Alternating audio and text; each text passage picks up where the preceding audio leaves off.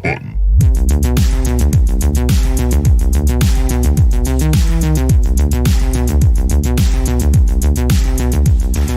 So you know what we never brought up before when we were talking about the release of Starcraft 1? What? Starcraft 64. Yo.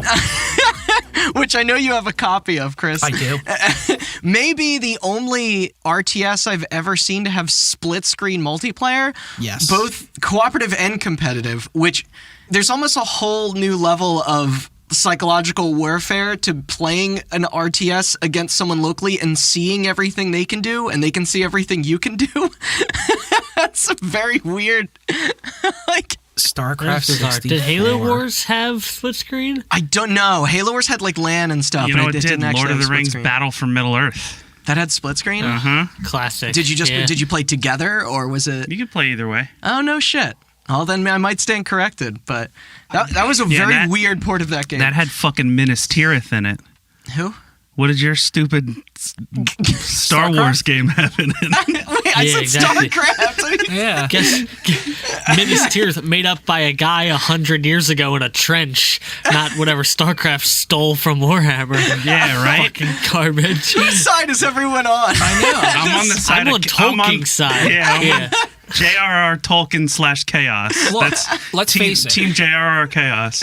Jim Raynor's the best character in StarCraft. Tom Bombadil is the best character in Lord of the Rings. It's a good name. I don't know who Tom Bombadil is because I never read the books. You played the game. What game? Is He Tom wasn't- Bombadil he in the wasn't game? in the game. He wasn't in the game. All right. So originally for our opening topic, I was going to bring up stuff like the PC gaming show and why EA still sucks and all that. But then some hot news came my way that I just had to bring up. Billy Mitchell, our boy, the sauce man himself, put out a formal press release. This was, I think, a couple days after we finished recording the part one. This was from the Mitchell estate, stating that his once revoked Donkey Kong and Pac-Man high scores have officially been reinstated by the fine folks at the Guinness Book of World Records Foundation in a questionable decision, saying that they, upon reevaluation, could no longer see any solid evidence of cheating. Note that this verification only comes from Guinness and not Twin Galaxies, nor their new head post-Walter Day that I mentioned in the last episode. I think the current president is Chase Hall. I forget. Either way, there's apparently still a lawsuit pending, of course, as we already all know how litigious of a dude Billy is. But yeah, thoughts? Yo. So I bought his buffalo sauce once. It sucks. Oh, yeah? Really? Yeah, try suing Hot Button, you prick. Yeah. Your buffalo sauce sucks. Yeah, your buffalo sauce is garbage, dude. careful, dude. Careful. Frank's, Yeah, Frank, it's gonna- Time out. Frank's is better. Sidebar real quick. So- There's a Tom Bombadil magic card. And it's like a 15/15 legendary creature. I don't know if it's real or not. That sounds like the unabridged stuff. I don't know. It could be.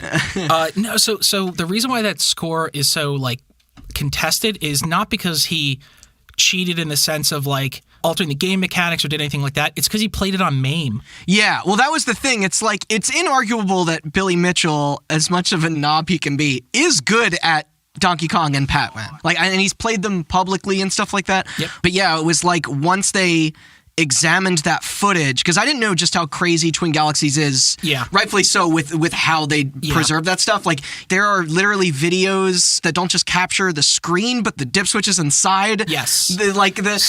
Just so they know that nothing's being tampered with. They are like, in the sense that like, if you look at the speedrun community, they have different categories like playing on VC%, right? Like virtual console.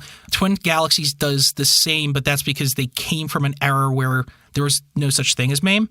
And they want to make sure that all the games are played on original hardware. Yes. And did you hear the story about how the dude figured out that it came out on MAME? Yeah, it was like how the screen drew, Yes. right? Yeah, there were like enthusiasts that really broke it down and discovered that, how the screen loaded changed depending on if it was original or on MAME, which is such a thing that like only people who totally understand that through and through would understand. Yeah. But like, I mean, he technically got the record. But he just did it. He definitely wanted to be known as the first person to reach the kill screen and stuff in Pac-Man and all that, which could technically still be true, and it likely is. But all right, well, we got to stop this discussion because we're gonna have our own episode on that, and this could potentially go for like a half an hour. That's just a discussion on how Twin Galaxies operates. All right, yeah, we'll keep it in the pocket, everyone, before we get too carried away. Have you guys thought about getting a retainer from a lawyer before you make the episode? No, I'm kidding. I tried. Who did I try to get to sue us? Randy Pitchford. Oh, yeah. And that bastard didn't do. Come at me, dude. Wait, is he Magic Man? Yeah. Yeah, Dick Magic. Yeah. That's the one. Medieval Times flash drive guy. Yikes.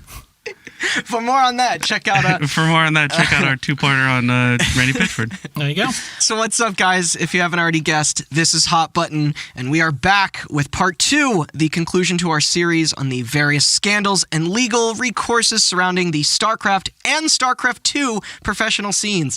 Last time we covered just a little bit of the history regarding the formation of esports' rise to popularity as a business itself, as well as was likely the biggest discovery of match fixing found in it yet. But did it stop there? Of course not. I'm Randall Beatrice, here today once again with Austin Blakesley. Ayo. Chris Antuano. Yo. And special guest host of all things nefarious in the world of competitive gaming, Chris Neuteboom. Hello. Now, where we last left off, it seemed like a fairly dark moment for Korea here and video games in general, as I imagine. One of the darkest in their history. Damn it, Chris. I was going to make that same joke. As I imagine the potential of what the esports industry could be was pretty tainted with the reveal of all those destroying the culture for personal gain. Which Korea? What? Which Jesus Christ. Oh, man. Not best Korea. Sorry, that was the only other joke I could think of. Chris stole my other joke. Oh, no, it's fine. I do want to mention, too, in the last episode, we talked a lot about the rise of esports and not necessarily focused a heap of attention on how they went about match fixing. Mm-hmm. And you ready for this hype promotion? Ooh. That's because it was in 2008. Nobody really knew. Mm-hmm. Yeah. But this time, people broke this shit down. They got the insider scoop. Yeah. You don't get one past the internet these days. No, not at all. I hope everyone's familiar with that. You got a whole lot of detectives, unemployed detectives with none better to do now. Do you got your packet ready? I failed to point out in the last episode that I think you're the first person on here to not have electronic notes. But good old-fashioned paper. Dude, I fuck better with the paper. Nobody's the pen and paper. Nobody's That's not hacking the you. first. We used to do like a live comedy show some years back, and I always did it on my computer, and then we let my roommate do one, and he brought like a script, like a stapled paper script. You see, what would happen is if I was on here more regularly, I would immediately go to digital. 100%. I like an iPad. I was hoping you just have a sheet of Post-it notes. Wasting a lot of paper. I do like it, though, because when you're reading off your script, it gives me a barometer for how far in we are and stuff, because you're just peeling the pages off and throwing them on the floor. So it's like... Good. Realistically, we should probably be sharing a Google Doc when we do this. Yeah, you'd think. You could use a 1.5 font like I do, and then I you'd know, see it the drives me whole nuts. script at one time. I'm at 14, baby. Well, I quadruple space everything and make the margins 5 inches. You're not in college. You don't need, like... It's like, wait, I'm not getting Austin, good episode, 500 pages. I'm not getting paid by the page. Well, I hope you guys know how bookies work. I do, because you explained it to me Oh, it's so while you were interesting. doing research for this. But Yeah, get in it. Yes, that's why I know too. Of course. Yeah, Yeah, you me explained and, it me to and me. Chris are, what were we experts in? In addition to Korean businessmen, Yes. we are also avid gamblers. Yes. But please explain it to Randy, because he's, Hey, we won money. not the sharpest bulb in the bunch or whatever. we won money betting on the Oscars this year, Austin. Yeah, I because once- of me. Yeah. And my expertise. Oh, man. I once took a class on corporate social It was my decision to responsibility, so I gamble on consider myself- Parasite, and it paid off. I mean, doesn't seem much of a gamble to me, but It No, was it a shouldn't be a gamble. because 1917 was heavily favored in that movie. Fuck that movie. Parasite's awesome. damn. Well, so we already discussed how match fixing that occurred in the Kespa-controlled Brood War scene. Which Yeah. planet in Star Wars is that? I got him. That's the one Sorry, with the I've been Wookiees. waiting a week. I've been waiting a week and a half to make that joke. Really? So. Okay. Yeah, Damn. because I was like, what does Kespa remind me of? And then I was like, oh, it sounds like a Star Wars Bespin? planet. And then I locked that in up here. Could have been remembering so much more important shit this past week and a half, but no. What is it was what's worth it for Chewbacca's that moment homeworld? where only I laughed. Kashyyyk. Kashyyyk, there you go. There's yeah. like 5 Ys in it. Because she controlled Brood War scene. I was thinking of Bespin. Bespin. That's what I Was said. the one. Yeah. No, I wasn't listening. Cloud City. How all this really weakened Kespa's power when Blizzard was looking to really crack open the Korean scene. More importantly, Blizzard had other intentions in mind when they were picking a fight with Kespa. It pretty much guaranteed the success of the upcoming sequel to Brood War, StarCraft 2 Wings of Liberty. So I think this is around 2010 where we're at in the story? Yeah. Sons of Liberty came out in spring of 2011? Wings of Liberty. What did I say? Sons of Liberty. Oh, goddamn Metal Gear. That's Metal Gear. Oh, my God. Oh, great game. Yeah. They, Great game. They actually chose, there was some kind of, I don't think it couldn't have been BlizzCon, but it was like a regional event in Korea that might have been the qualifiers to BlizzCon at the time. Okay. They chose that as the stage to actually show off the trailer for StarCraft 2. That's cool. That makes sense. I mean, So Blizzard definitely in it now.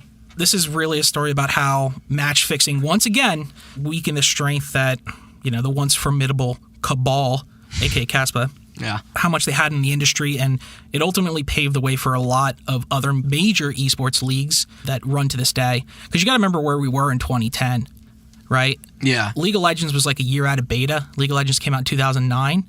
There was like 5 or 6 gaming leagues at the time that were internal. You had MLG, you had Cal or CPL, you had a few others.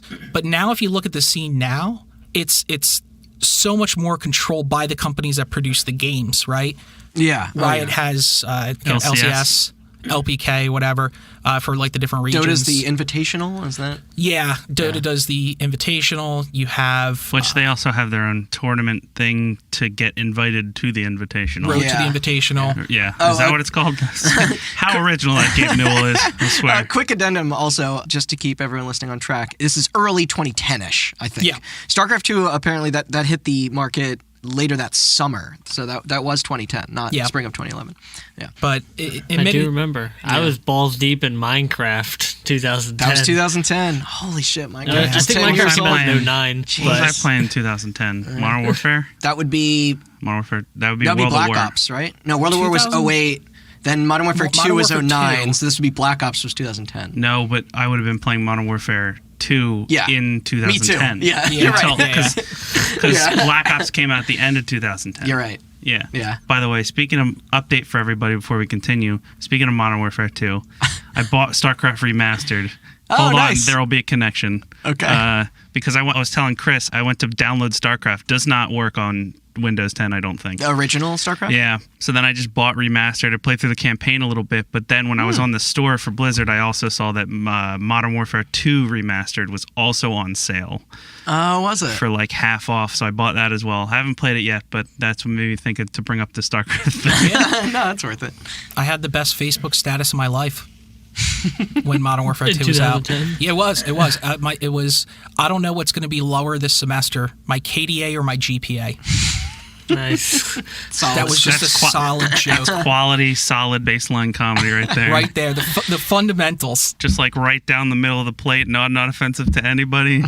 Just some good Jeff Foxworthy humor. Little niche for the gamers out there. Shout out. It's funny because I bought gamers. I bought StarCraft 2 at launch. I don't know why I thought it was 2011. Yeah. I think that was the last physical box PC game I bought. You're not buying Anthem, dude. Oh. But yeah, so I bought for those not paying attention, I bought 5 copies of Anthem. It was for White Elephant, and they were $5 each. I bought one for myself. They were $5 each. I bought one for myself, and then for our White Elephant thing that we do at the end of every year with a $25 limit, I bought 4 copies of Anthem and wrapped them. And then the one person participating in White Elephant that did not play a ton of games was the one that unwrapped 4 copies of Anthem, which was very hard to explain. It got traded in the end. It did. It got stolen. Sorry, continue. No, you're good. You're good. So we really want to take a look at this as Blizzard versus Kespa a little bit prior to the StarCraft 2 release. Yeah, this is pre StarCraft 2 release. This is also the time that the match fixing allegations came out. It was in the same time frame from the Brood War era, and in many ways the dust had not settled. Not at all. Not at all. In many ways, the Korean pro scene modeled what Blizzard was hoping for in StarCraft 2, right? They wanted to emulate that success globally, but it did not come without a fight. I mean, Blizzard understood like the power and the influence that the Korean scene had on the success of StarCraft Brood War. Oh yeah, absolutely. And with 2 being in development for so long and finally like ready to announce, that was a big deal. Yeah. How long was 2 in development? Was it in development from the time that they stopped doing Warcraft 3? They showed a lot of restraint in announcing it, but they were working on it for a long time. Yeah. Because it had not been announced just yet, but there was a lot of behind-the-scenes work being done, especially with getting this shit back on track again after the pro scene. What happened? You know. I mean, actually, what do you know? In the script that I have in front of me, in the legal documents, the next thing that I have is during Blizzard's Korean regional qualifiers for BlizzCon 2007. This was the arena that they chose to unveil that new cinematic for StarCraft II: Wings of Liberty. Oh, fuck yeah, I remember this. The Games Press outlets went nuts. And it was very cool. Yeah. I mean, yeah, sequel to one of the, most highly rated best-selling PC games of all time. Yeah. And like you said, 2007, and I guess it was 3 years after this. This was really like the golden times for Blizzard as a company, right? Like World of Warcraft was booming. Yeah. And they were also gearing for Diablo 3, which was post StarCraft 2, but that was also a huge deal. They were also working on Titan. Yeah. You mean gold times opposed to all the lack of gold they have now? Is that what you're saying? Yeah. What, dude? You're not excited for Overwatch 2? I completely forgot about Overwatch 2 until Randy said something about it the other day. I was like, wait, I forgot about that. The fact that they're calling that too. And the worst part is I know I'm still going to buy it and play it a lot, but hey, as long as they have all the Winston skins, I'm in. But yeah, around this time, Blizzard also took notice to a very big thing that Kespa was doing. Oh? Yeah. Was it criminal? Well, Kespa didn't think so. Okay. They were charging for broadcasting rights. I trust their judgment. You trust the Kespa's judgment? Yeah, they seem like real upstanding citizens. Yeah. Well, they were making money off StarCraft, which wasn't a property that they owned. Mm-hmm. And according to a letter on the May 27th of 2010 by Mike Morhaime to the Korean esports fans, according to this letter, they, as in Blizzard, began talks with Kespa in good faith so we could find a way to protect our intellectual property rights as well as help esports to grow further. And sounds about right. These negotiations apparently happened for 3 years until Blizzard, gearing up for the release of StarCraft 2, started to take over. And Blizzard would begin actually giving out beta keys to different regions leading up to the early 2010 planned beta release. I'm just curious. Did anyone get in? I did not. I did not either. Actually, I do know someone that got in. Oh, yeah? My college housemate. Ah, right on. Shout out to Chad Denobi. Wow, Chad. Yeah, I know Chad too. Did you get to watch him play it or? Yeah. No shit. I think a few people I went to college with had it, and I really, really, really wanted to get into the beta, and then finally they were just like, yeah, just play on my account. I played 2 games, then I just waited for it to come out. That's fair. Yeah, for Korea, Blizzard gave them the special treatment, but almost immediately you could tell that Kespa was not playing ball with them. Blizzard allowed PC bongs. Yeah, I know. Nice, dude. It's like weed. They gave PC bongs in South Korea. They allowed any customer to play the StarCraft 2 beta without using a key. So they assigned the key to the computers instead. That means that any player had the opportunity to experience the sequel to their favorite esports pastime. And this was around March of 2010. I see. And that's pretty cool. Yeah. It is. I mean, us in the States, we had to sign up for it and pray we got in. Yep. Yeah, because we don't have that kind of bong here. No. The only ones we have, you have to light and choke it up, Yeah, he's straight ripping, dude.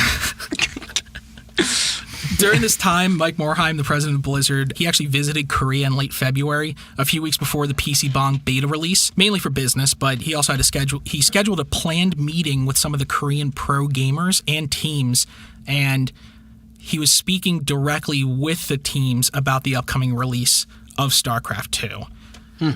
And this is important because all the pro teams declined his invitation and didn't show up at all. Really? Yeah. He personally reached out to the teams, said, I'm here on business. I would like to talk to you guys about StarCraft 2. I want to make sure the hype gets going. And they said no.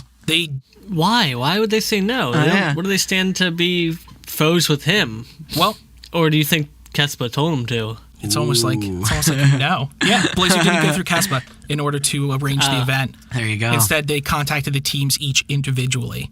So right off the bat, Kespa sees this as a power move by Blizzard to downplay their legitimacy as a negotiations partner, as you can imagine. They put blame on, not following proper procedure. They put it on their American counterparts, and the two organizations continue to basically not be able to work together. Yeah.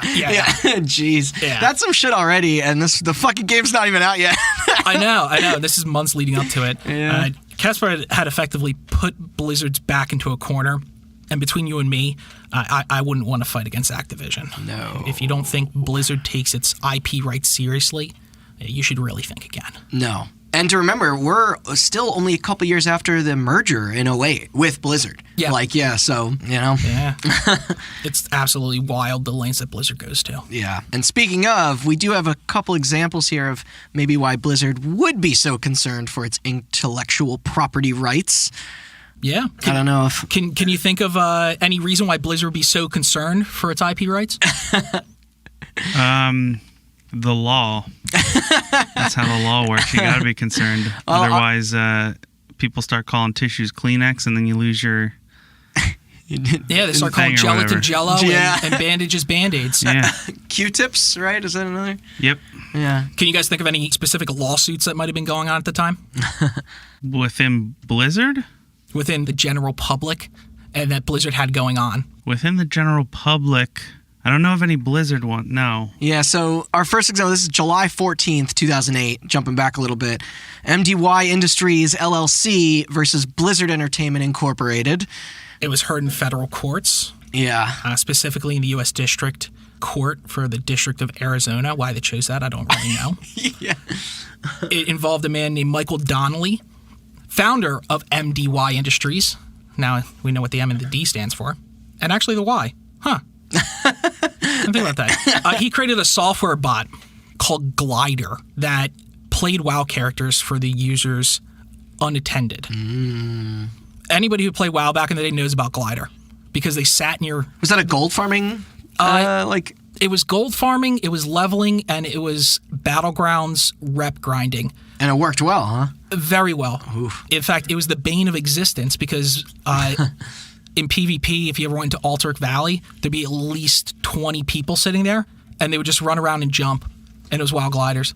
That's how you know. Oh my God, so that's why in the episode of South Park, there's just characters doing that? And that's a good attention to detail. They would AFK, and because you would just gain honor from essentially sitting in the battleground, but they also did things like farming for mats and everything like that. That's funny. And that's how you know a game's good when bots come out. People make programs to play it for them.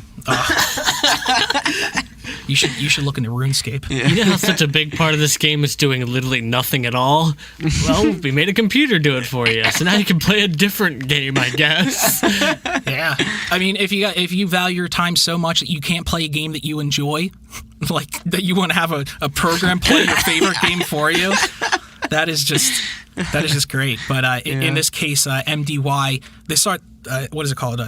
Declaratory judgment that the Glider program did not infringe upon rights owned by Blizzard. Yeah, and Blizzard basically contended in a counterclaim and a third-party complaint from the following 7 claims. Chris, if maybe you wanted to go into these a little.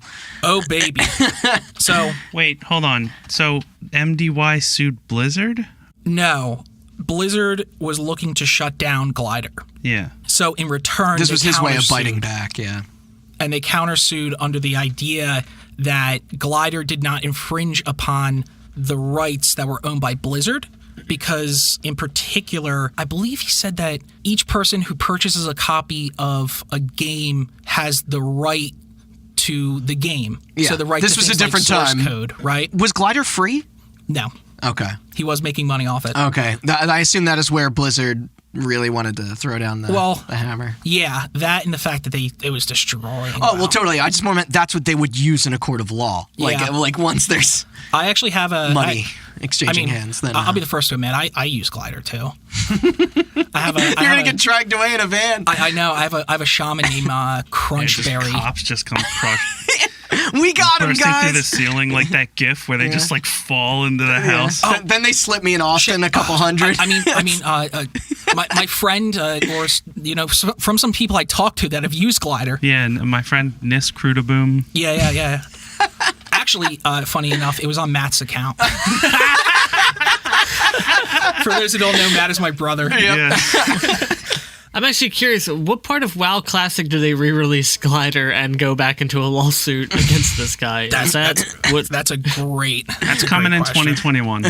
Yeah, but they got countersued with a ton of different arguments: tortious interference with contract, contributory copyright infringement, which was eventually reversed in the appeal, vicarious copyright infringement, violation of the DMCA, which they actually partially awarded it in favor to MDY. Oh, really? This is the Digital Millennium Copyright Act? Yeah. If you check out the internet now, you can see everyone talking about DMCA strikes on their YouTube or Twitch channel. Yeah, Yes. Same thing, right? Yeah. That's come up on here before, I think. Also, trademark infringement, unfair competition, which they actually awarded in favor of MDY. And That's surprising. yeah, the law works in mysterious ways, and unjust enrichment. So I'm assuming trademark. So they did trademark and copyright. I'm assuming copyright kind of got thrown out, and trademark was the one that they got him for. Yeah. Well, lower courts agreed with Blizzard that WoW purchasers were not legal owners of the game software, but instead licensees. And as licensees, players are required to make use of the software with the scope of the end user license agreement. Yeah, that's such bullshit, by the way. That's like, This is where Blizzard, obviously, they had strict prohibited the use of bots or third-party software to modify the WoW experience, quote unquote. Like that. I was reading about that. No research here. This is just off the dome. But I was reading about how many things have we the signed? law was set up that not just end user license agreements, but even when you buy something without signing it, if you buy a DVD, you are licensing that DVD. They're just giving you a copy of it. You don't own the movie. Yeah. Not that they can really take it away, but... Yeah. Then why don't all those commercials say, like, you wouldn't license a movie? You wouldn't vape a GameCube. Well, that's the exact reason it's set up that way for movies, because if you bought the movie like you bought a car, you could sell it. Yeah. But you can't sell a DVD. I mean, you can. You can. You totally can. Wait. But that is technically against the law.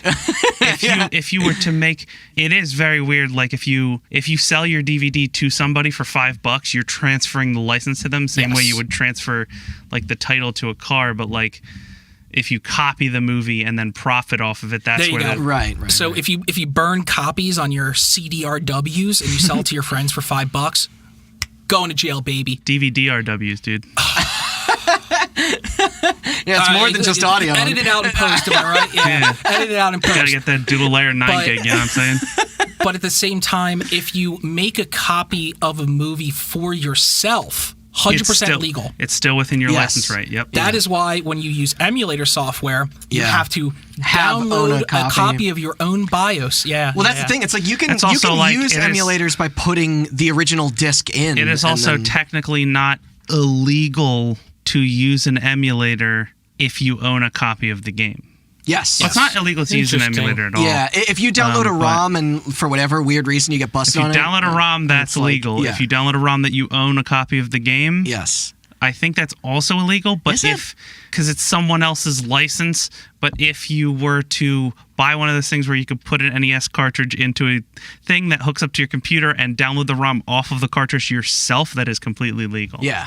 Which some people still do just for preservation reasons, but I've always wondered... maybe if I could plug in my DS and run it at 10,000 times the speed while at power level Pokemon, then I wouldn't have to download a ROM, but I can't do that. Is there a version of the WoW thing but for Pokemon? Absolutely, dude. Oh, yeah. There's bots that play every game. But not to get get too off topic, but I think this is an interesting question because this popped up in my head not that long ago when I borrowed your copy of Crash Team Racing Nitro Armed, whatever the hell the remake was for Refueled for a party at my place before the world exploded. And did you pay the licensing rights? Well, here's the thing: upon boot I was up, say, you didn't borrow it, you licensed it. I licensed it. I'm sorry, but upon and I don't know if you remember this, Austin. You put the disc in and post installation and downloading stuff. You got to install, you got to download, then you got to agree to like 8 things, and then watch an unskippable cutscene. There are like 56 pages of shit, and it's like I'm curious if once you buy a new physical game and break the seal, if you like don't agree to the terms of service, you can no longer like return that product. Like, what if you go back to GameStop and you're like, I don't agree to the terms. I read through all the EULA, and I do not agree, sir. Give me my $60 back. And they'll just be like, fuck off, kid. Yeah. Do you have a receipt? Do you want to pre-order Anthem? $5 down. Oh my God. Well, back in it, the MDY appealed the judgment against them on April 29th, 2009, and arguments were held by the U.S. Court of Appeals on June 7th, 2010. This is the part. So we're getting pretty close to the launch. Yeah.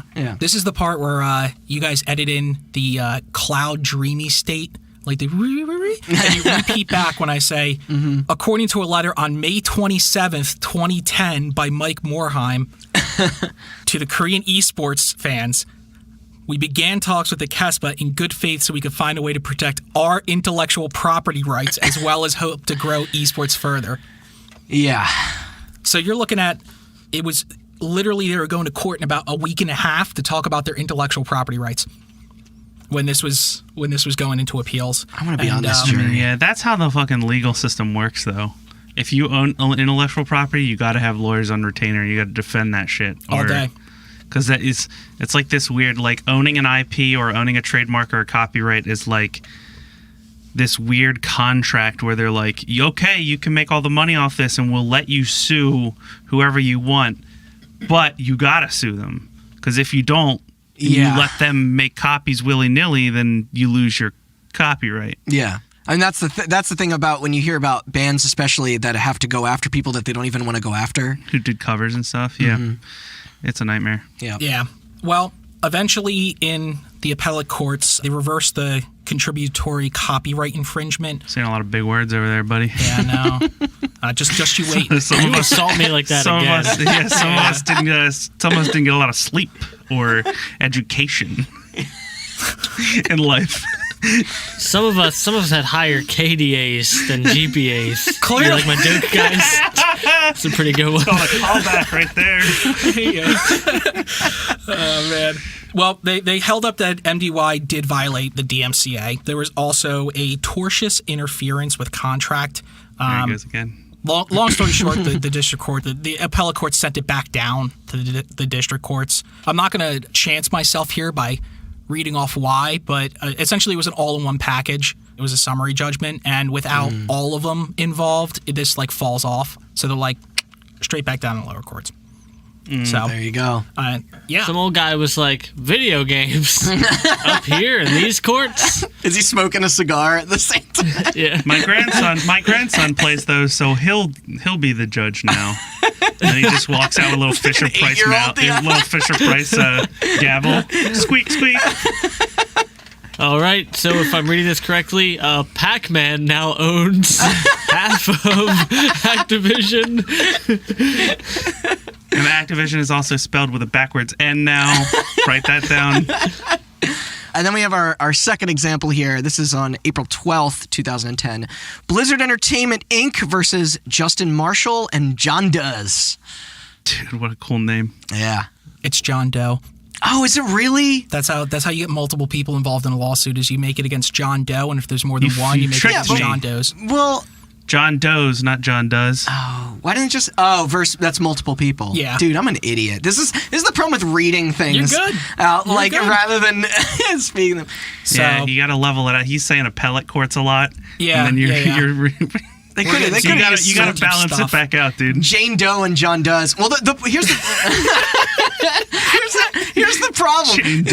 Here's the thing: is that in normally in almost any other topic, I would read that as John Doe, like multiple John Does. But the problem is we've had so many aliases and gamer tags throughout this fucking series here that like I just assumed you that just thought he was French. No, I just assumed that was somebody whose name was John and their fucking Starcraft name was John. Actually, in the legal system, when you're suing a gamer but they don't know that they don't want to show their name, they use a Noob Master 69.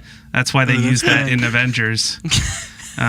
That's the Jane or John Doe of online handles. Do you remember when South Park did their Scientology episode, and at the end they're just like, "Come sue us," and all the credits are just John Smith and Jane Smith? Yeah. Oh my God. Well, John Smith invented Mormonism. You're thinking of Mormonism. No, I know it. I know what I was maybe that's why they don't use John Smith and they use John Doe. Maybe. Wait, was it John Smith? I think so. Yeah. John Smith was the guy that founded Mormonism. Yes. Gold plate, God, all that crap. Joseph Smith. Joseph Smith. Joseph Smith. Oh, maybe I read this wrong. It might be Jose Smith. If I'm reading. Oh my God! All right, sorry. Can you talk about StarCraft? And I've already hosted a topic with Russian names and Polish names, so. And you're just like, oh you're like Gregor Blaginski. You're like, oh, no problem. It's so weird because you were really good at pronouncing the Polish names. Well, the inflection that I. Oh, was I? No, that was sarcasm. I was gonna say I don't remember. Do you remember when the press? There was the hatred one. I think you passed me the paper at one point, and I was like, dude, I don't fucking know. I just turned my screen, and You're I was the one just that like, wrote an episode about Polish people. That's because you challenged me before it started that you could do it. And I did it flawlessly. Listen to the tapes. They're all there. They're on the internet. All right, Billy Mitchell. Yeah. We'll grab the tapes. Don't worry. Yeah, I read them on MAME Back to boring ass lawsuits. So what happened with this bullshit? So Justin Marshall. What John does. What John does. Justin Marshall, aka USMC 23, as part of the StarCraft or StarCraft 2 pirate community, he created a crack client that would allow users to play the StarCraft 2 beta without having a beta key or paying for the game. StarCraft, that's clever. StarCraft, that bastard. Right? So what'd they hit him with? Boom. Yeah. Copyright Lawsuit. infringement. Yep. Violation of DMCA. Yep. Breach of the StarCraft 2 beta test agreement and BattleNet terms of service use. Keep going. Tortious interference with contract. And they took it behind closed doors, and Blizzard dropped the case a month later. There you go.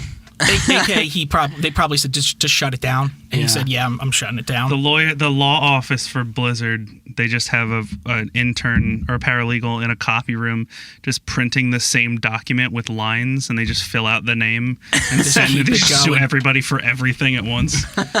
Well, the next one actually happened a little bit earlier, but yeah, this is in October of 2009. This is Blizzard Entertainment Inc. versus Allison Reeves, unless I'm pronouncing that wrong. No, that is correct. Okay. Wasn't that the guy that was in Superman? Shut up. Well, they Here's our last example here. I believe it's a woman, Allison Reeve. Yeah, with a Y. Yeah, no, but Christopher Reeves was Superman. I know, I got it. Yeah. Well, they sued. They sued this particular person for operating a private server for WoW. They hit this person with that bastard. Oh, terrible. All criminals, all of them. Yeah. Every last one. Lock them up forever. Bury them underneath them. Yeah. How dare they? They actually hit them with copyright claims and circumvented copyright protections against their systems. Unfair competition, amongst a few other claims. What'd she do? She failed to appear and didn't respond to the complaint. Right on. So, punk as shit. Anybody know what happens when if you get sued and you don't show to court? They burn your house down.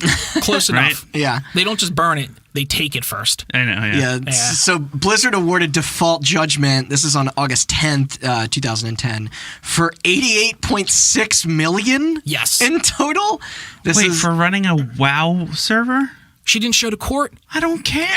The math that they used was so ass backwards. Yeah. So they used the retail price of current WoW. That's where you start. Then they used the active user base on the website for the private server, multiplied all that together, And then on top of that, like $15 a month for however many it's not that months far per off from when you person use that was it, like using when labels came after. Like like when RIAA was like, well, everybody downloaded this song 1,000,000 times, but you had to buy the whole album from us, and also the album was like $28 retail, which was what everybody charges. So you owed us, you owe us $6 trillion. 12-year-old Jimmy, I need $14 billion.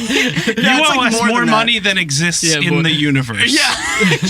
Great math there, losers. Yeah. So this, like, to break this down, this was like $3,052,000 in discorded profits, and then almost $85,478,000 in statutory damages, and then just because people weren't paying subs, just to add some pepper on top. This is $63,600 in lawyer or like attorney fees. Sorry. Yeah. So Blizzard has had a long battle with people trying to profit on their own from their products, and a very successful one. That's kind of where I'm at. It's just like, why would you let somebody else like? And there's some specifics down to the dollar that I left out there, but like, why would you make a system that would allow anybody else to sort of piggyback off someone else's success when they could just drain the economy for that money? You know what I'm saying? Exactly. Yeah. Exactly. Now you're getting it. Yeah. The difference here was that Kespa wasn't a person trying to make a quick buck. Right, they're an association founded in 2000 after the approval of the Ministry of Culture, Sports, and Tourism. They were also government-owned, but also Shadow Cabal-owned, right? Yes, they're a government-sanctioned association. Government-sanctioned and owned by, like, the Illuminati of Korea or whatever. Oh, even better. They have affiliations with the Korean Olympic Committee. Yeah. That's like the definition of Illuminati. Yeah. This is way big. And the International Esports Federation. It's funny because sports are not corrupt at all. No. But esports are. It's weird. Yeah. It's weird how that works. Don't look into the Olympics or FIFA, anybody out there. So Mike Moraim must have been channeling all those legal experiences when addressing Kespa in his open letter to Korean esports fans on May 27th of the same year. We got kind of a big quote here if you're ready to take this Is this just the whole letter? Yeah, pretty much. Okay, go for it. I'm going to try and funnel my inner CEO voice. Ooh, I can't wait. Yeah, this will make you on a corporate call. For the last 3 years, we've tried very hard to have negotiations where we could correct a skewed situation and reach mutual understanding. However, during this process, what we learned was that Kespa did not recognize our IP rights, and that our suggestions, even up until this day, echoed unheard within Kespa and offered no solutions on their own. Furthermore, the Kespa office prevented pro game teams and pro gamers from contacting Blizzard by threatening disadvantages. Unlike the negative rumors you might have heard, Blizzard's intention towards esports is not to dominate it and create excessive profits from it. From the beginning of the negotiations up to now, the basic framework we have thought of is one where esports can continue to grow while we protect our IP rights. Ooh. With the release of Starcraft 2 Wings of Liberty TM approaching, we decided we could not delay any further in finding a trustworthy partner who respected our intellectual property rights and decided it was time to find a new way altogether. As a result of that decision, we signed a contract with GOM TV, which we announced today, which gives them the exclusive rights to hold and broadcast Blizzard game tournaments in Korea. We have cooperated closely with GOM TV in the past and discovered in the process that they have very similar values and goals in esports. Also, we believe that GOM TV is a capable partner with whom we can not only advance esports in Korea, but in the entire world as well. We are very proud that StarCraft contributed greatly to Korea becoming a global forerunner in esports. We eagerly await the day when we can support pro gamers or GOM TV in their rights to cooperate with the other broadcasting companies in the world of esports. We will continue to do our best efforts for the development of esports. And to that end, we will greatly improve the quality of matches and add features that will create competitive factors for the enjoyment of the audience. As always, we are deeply thankful for your understanding and support, and we are always open to your thoughts and opinions. Wow, it's like you don't have dyslexia at all.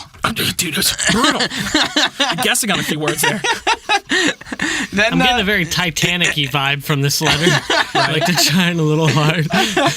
Yeah, like maybe they weren't trying to profit off esports back then. But that's changed. Is Mike Morhaime still around? Yes. Is he? What does he do? President and CEO of Blizzard. Well, shit. Looking at you, He Mike. was the guy that got up on stage and addressed. I'm doing air quotes for people listening. Okay. Addressed That the was Hong him. Kong thing. Yeah, that was him. that went well. He's not the president of Blizzard anymore, actually. No? No? Did Jeff Kaplan defeat him in wrestling? Jeff Kaplan patched himself into the president and CEO of Blizzard. So then Kespa was asked about their opinion on the Blizzard GOM TV partnership agreement. They replied, Well, time out. He is the bass player for the Blizzard metal band. "What? Yeah. ETC? This is yes. Holy shit!" Wait, the band's actually called ETC? Yes. Oh, It's sorry. called No, you're ETC, right. As in He was Elite Tauren Tauren Chieftain. Chieftain. Elite Tauren Chieftain, which is a unlockable card. Well, it was in Hearthstone for a limited time during the beta and original get release. a power cord card out of it. Yes, you did. No way. They called us Morheim, ETC. I was wrong. Morheim stepped down on October 3rd, 2018, and was replaced by J. Allen Brack, who was the guy that made the statement about Hong Kong. Okay, because I'm familiar with him. That's why. Mike, you got to get back in the reins, bud. You got to take Bobby and his boys out. Bobby Kotick? Yeah, is he the president of Activision? Yeah, he is Yep. the most overpaid CEO in games. And just a real munchkin of a person. And that's not a short joke. That's he's just like his face is weird. Is he short? He does No, I have a bit don't of think so. most of his face is in the center of his head. That's kind of what I was getting at. He looks photoshopped, but he's not. He totally does. That's the best way to Just put it. like these devil horned Photoshop pictures that come up when you Google him. Yeah. Oh, here's somebody who photoshopped the robot devil from Futurama in the background. That's He great. sold his soul. So Kespa, they replied just saying, "We will release an official statement through next week's press conference." AKA, oh fuck, what just happened? This really came out of nowhere for them. Yeah. And a few days later, Kespa announces that now their main priority was to have a proper relationship with Blizzard before any negotiation rights about GOM TV would commence. Yep. This is just like a cultural thing through and through. You know, like when Blizzard went to Korea, they didn't go through Kespa to talk to the pro teams. Kespa took it as a slight. Now Blizzard just comes out with just plops it on the table. Just says, all right, yeah, we're going to give it to GOM TV. GOM TV. Didn't they already? Didn't GOM TV come up last time? GOM TV, the difference between the two, when we talked about in the first episode, if Kespa is like Comcast or Cox or Verizon. No, you made this analogy already. Yeah, and GOM TV is like Twitch. Yeah. Yes, they did online streaming. No, Yeah, it's Josh TV. They had a deal. Wait, was that it? Justin. Justin damn TV. it. I think you said that last time too. That- No, but shit. didn't GOM have a deal with StarCraft 1 as well? Or something? They ran Warcraft tournaments. They may have run a few StarCraft tournaments, but now Blizzard was saying you have the sole rights. You have our blessing to only run whatever StarCraft tournament you want. Where, Kesper's kind of in this gray area, because they are technically the government plus shadowy organization. And they obviously knew they couldn't charge, but now the company who produces the game is saying you guys are illegitimate. Right, but this is where the licensing thing came up, because Kespa still had the thing where you had to get a license, but Yes. then GOM owned the rights. But Kespa still had control because they gave out the licenses. So they're like, I'm gonna go play for GOM. What and a they're tangled no, you're web. not. Yes. It's like Tetris all over Yeah. again. Basically, in the upcoming weeks after this whole thing happened, there was a lot of posturing from Kespa, OGN, NBC, some back and forth. But eventually, OGN did come to the table looking for a new league to broadcast, right? Yeah. So over the next few months, the battle wouldn't stop there and really continue between Kespa and Blizzard, while Kespa was dealing with, criminal charges against some of their best players, and Korean corporate interest was quickly fading. Yeah. Blizzard and GOM TV were gaining traction as some of the former pro gamers no longer associated with Kespa started to move towards StarCraft 2. So speaking of, we now have the official full launch of StarCraft 2. Well, kinda. On July 27th, 2010, the first part of their planned trilogy, Wings of Liberty, was now on clients and shelves everywhere. Well, client, I guess I should say, with Battle.net. Yeah.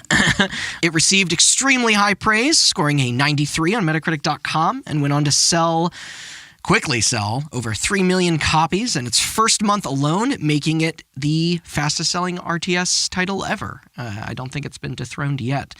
So real quick, before we move on further, what is everybody's experience with StarCraft 2? Or with Wings of Liberty, I should say, to begin with. I played a lot of it for a week or so, and then gave up because I was bad at it. But I bought it on launch day because I like StarCraft 1 so much, and then I never bought Heart of the Swarm Yes. or the Protoss one. What was that called?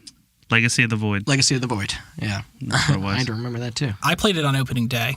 Yeah. I did remember too, that. yeah. I still remember the default picture was a dude with like headphones or like earmuffs. Yeah. I think it's still the default picture. The interface looked different, but I remember playing my ranked matches. I got placed in like high gold, and then I immediately got ladder anxiety, and then I just started playing like That's good off the bat, single though. player. Well, that's so I dove into the single player first, and then dabbled with the multiplayer a lot, but not in 1v1s. And I got into gold with an old friend of mine on 2v2s, which I know means nothing to people that play 1v1s, but I was very proud. And then, like you, I got all kinds of anxious about it, and then eventually we got raffle stomped, and it was over. It was a short time in the sun. The minute you lose a game, you're like, it's over. The run.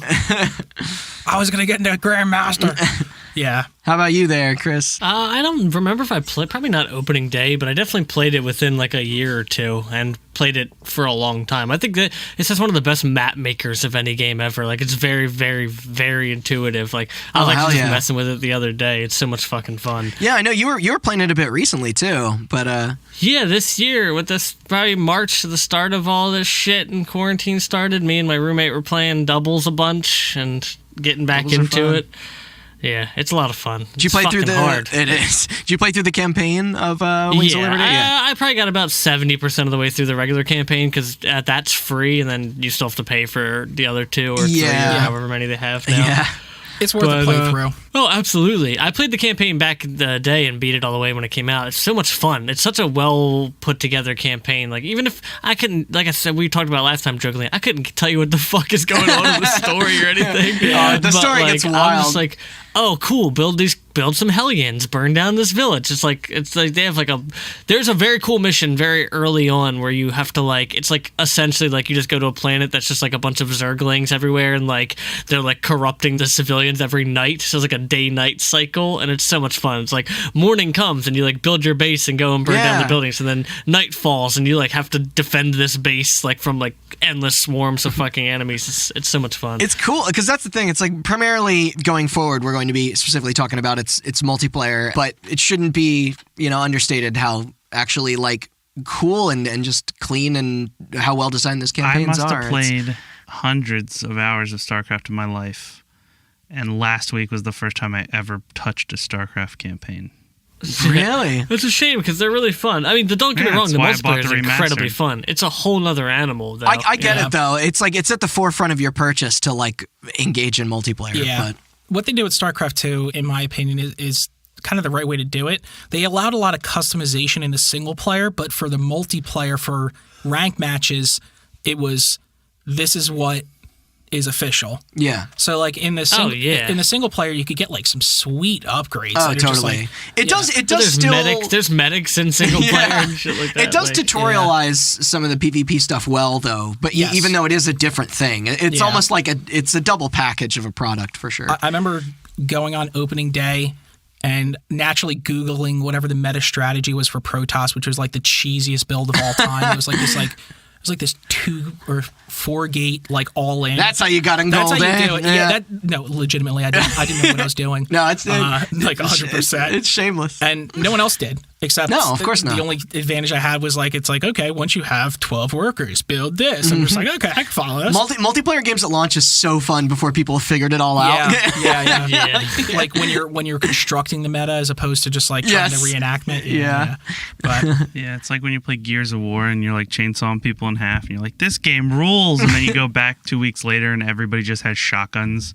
Everyone's got shotguns. They're bouncing off walls. Yeah, left and right. It looks like a pinball machine. Sliding like a pinball machine around the map. And you just can't spawn because everybody's just like, yeah. It's like playing if you ever played a Call of Duty game when they first came out and nobody knows the maps yet, and most of those games is just knowing where spawns are and stuff like that. It's just like, but like you play it at midnight or whatever, and it's just like this giant clusterfuck of nobody knowing how to be the best yet. Yeah, that's the best part. Super fun. Well, only a month later, GOM TV actually came out and created the GSL, or the Global Starcraft League. Yeah, they wasted no time. No time. It featured 600 million won, or about $492,000 US dollars as a prize pool. And if you want to talk about like an absolute Chad lineup, the first season of GSL was held with open qualifiers. So 2,000 people entered with an unprecedented 100 non-Koreans. How they do?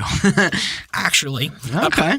One actually did really, really well. But you had people like Idra. He's probably more infamously known because he played a match where someone used a spell that was called like hallucination, where it created fake units that did no damage, but they looked like they were real. Dirty. And he cast it on like some of his units, like Colossi.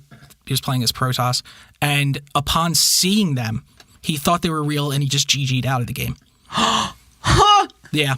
That's so good. He's done recent interviews. Surprisingly enough, he's actually, from the interview at least that I watched, he wasn't really a gamer to begin with. He just played Starcraft. He played a lot in Brood War. He was probably one of the best. But that was his world, not like that was his. Well, after he left Starcraft altogether, I think he's actually like back in grad school. So kudos to him. Oh, yeah. You have people like Beyond TLO, or the little one, who is probably one of the most famous at the release of Starcraft 2. You have MC, a.k.a. Boss Toss. Boss Toss. What a nickname. You have Pol. Is that the leader of the Gungans in episode 1? No, I'm kidding. It's Boss. No. It's Boss Nos. We're not talking about the Starcraft movies. We're talking about the Starcraft video game. Yeah. Let's not go down the rabbit hole of the Gungans again. Is that the guy that lived on Kespa? Callback. Continue. You had people like Nest T, Maru, and That's then a great name. Nest T. Yeah. That is a good name. Better than Polt. Better than Polt. What about Fruit Dealer? Fruit Dealer's all right. If you want to talk about like a story that tugged on the heartstrings, Fruit Dealer. Yeah. He literally dealt fruit out of a fruit stall. Oh no shit. Yeah. I think one of his parents were sick. I didn't know that was literal. So he did that to support them, and then he just kind of came out of nowhere and was like, "I'm pretty good at StarCraft," and gave it a shot. That's very wholesome. Really, really, really good. But probably the most notable of them all, or at least us foreigners, was the return of the iconic commentary duo Tasteosis to the English desk. Tasteosis. They're great. They're absolutely phenomenal. Nice. This didn't sit well. Me and Austin have watched enough Smash stuff to know how important commentaries are. Oh yeah, dude. Yeah. T1 and EE. Hell yeah. Dude, Or EE. TK. TK Breezy. The Black Plague. Call that boy. What do you say? Call that boy a hippo because he hungry. So good. Oh my god. Yeah. So all this did not sit well with Kespa, who all but effectively banned any players on their Kespa teams. Because you remember, the teams weren't organizations. The teams were essentially extensions of sponsorships from major companies. Right. Yeah. So they banned all their players that were on these Kespa teams from transitioning from televised broadcasts of Brood War to StarCraft 2. Huh. Yeah. So with all this happening, these preliminaries, they were held on August 28th and 29th. Yeah. And while not that far after launch. No, not at all. Yeah. And while I can't find any evidence to prove this had an effect, on August 31st, the man, the myth, the legend, the absolute GOAT was already making his move, ending his contract with his former team, SKT. Who came up in the last episode. Yes. My man, Lim Hyo Hwan, a.k.a. the Terran Emperor, a.k.a. Slayer's Boxer, began to make his move towards SE2. Was he one of the people that got in trouble? No. Okay. No. The Brood War God, known for his creativity like proxy barracks, innovating rush strategies, popularizing Terran dropship play, which is for anybody who's up to date on it, that's like pretty standard. And I've done it. Yeah. No shame. You got it. What you do? You drop you drop siege tanks in the high ground. Yep. And he chose a lot of strategies based on units that no one thought were viable, like ghosts.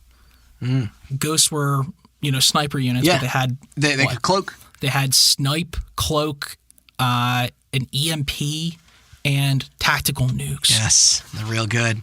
And this dude was voted the greatest gamer of all time in 2004 by ES Reality and included MTV's 2006 The 10 Most Influential Video Gamers of All Time, which now I'm curious who else is on that list. No, you guys keep posting. How is Ninja not the greatest God, gamer of all keep posting, time? I'll Google it. It was a different era. When did Halo 2 come out? 2004. Then Ninja... Would have been Walshy, T-squared. Greatest gamer of all time. The Ogre Brothers. What a title. But yeah, now, like...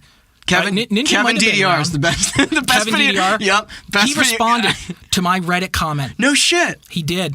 I congratulated on him, and he said, "Thanks, man." I said, "You're a big inspiration He's in a like god. and Tetris." He's an absolute god. Yeah. Really. But yeah. So you had the 2-time Star League champion, 2-time WCG champion, KPGA Tour champ, and the former captain of SK Telecom One, a team originally built around him for players that he handpicked. Yeah. He was the first superstar of the Korean Starcraft scene. He just left Caspa like it was nothing, and the legend was about to grow even larger. He made his transition public about a month later, just before GSL Season 2 qualifiers were about to begin. You got to remember that these leagues, there was actually recently, I think, it's real weird how they do the naming of them, but in between these seasons, there's about 3 weeks. 3-4 weeks. Oh, it's actually a better list than I thought it would be. No, yeah. So it's not like esports players. It's just gamers. So it's Okay. Mike and Jerry from Penny Arcade. Okay. Yeah, the importance of things like PAX, that makes sense. Adam Clayton. Who's that? The guy who won American Idol? No. That's Clay Aiken. Oh, wait, he didn't win. I thought you were talking about Adam Lambert. I got fucking... I got a different list. This says that this League of Legends player is the greatest gamer of all time. He Faker? coined the term Easter Yeah. egg. Your boy Billy Mitchell. God damn it. There's no escape. None. Alan Grafe. Tell us that the Todd Raj is on there, dude. Some guy who had something to do with Second I Life. can't dodge the Raj. I can't dodge the Raj, dude. Imyo Juan. That's Boxer. Yeah. That's Slayer's Boxer. Yeah, there you go. Boxer's on my list, too. Minley and Jesse Cliff, the modders behind Counter-Strike. Oh, yeah. Well earned. Patrick Wildenborg, the guy that modded Hot Coffee back in... Remember? Oh my God. From, Yeah, our I was like, second why does that episode? name sound so familiar? And then a title he probably doesn't even want. Peter Ludlow, who... So it's just Peter Molyneux under a different name. No. TSO. He ran a newspaper in The Sims Online. Well, I guess For that- more on The Sims, check What are out... we talking about? Yeah. back to Slayer's Boxer. Back to Slayer's Boxer. Yeah, no. So he made this public announcement, and he was promptly given his BattleNet ID back, Slayer's Boxer, and he was awarded with the distinction of StarCraft 1 Legend, listed on his pre-match achievement list. Damn, man. What the, like that's... Can you imagine? Yeah. You're going in a game, and you're like, Yeah. I'm just gonna rank up today, and you play against some dude, and you're just all says a StarCraft 1 Legend, you just go, I'm done. According- just concede. Fuck this. According to the same blog, by the way, the best game of all time is Sensible World of Soccer. So... Well, credibility gone, so... Yeah, so yeah.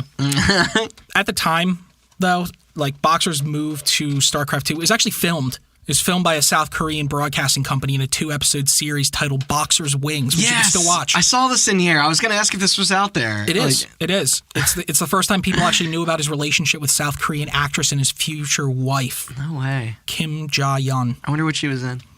I think she... I don't want to preemptively say it, but like my gut instinct says like Korean dramas. Like, yeah. Okay. K-dramas. Hey, Hugely popular. there's some fucking great movies that come out of Korea. Like I mean, we referenced Parasite earlier, but yeah, like Korean TV loves dramas. oh yeah, Yeah. No, Aren't that's they true. like soap operas, kind of? Yes. Yeah, Yes. a bit, Pretty yeah. much. Apparently, they actually met during a Brood War match in 2008. Where, Yeah, this dude's been... Oh, no, wait, no, sorry. I didn't mean to interrupt you, but it said on Wikipedia this dude was married 3 times, and I was like, yo, player.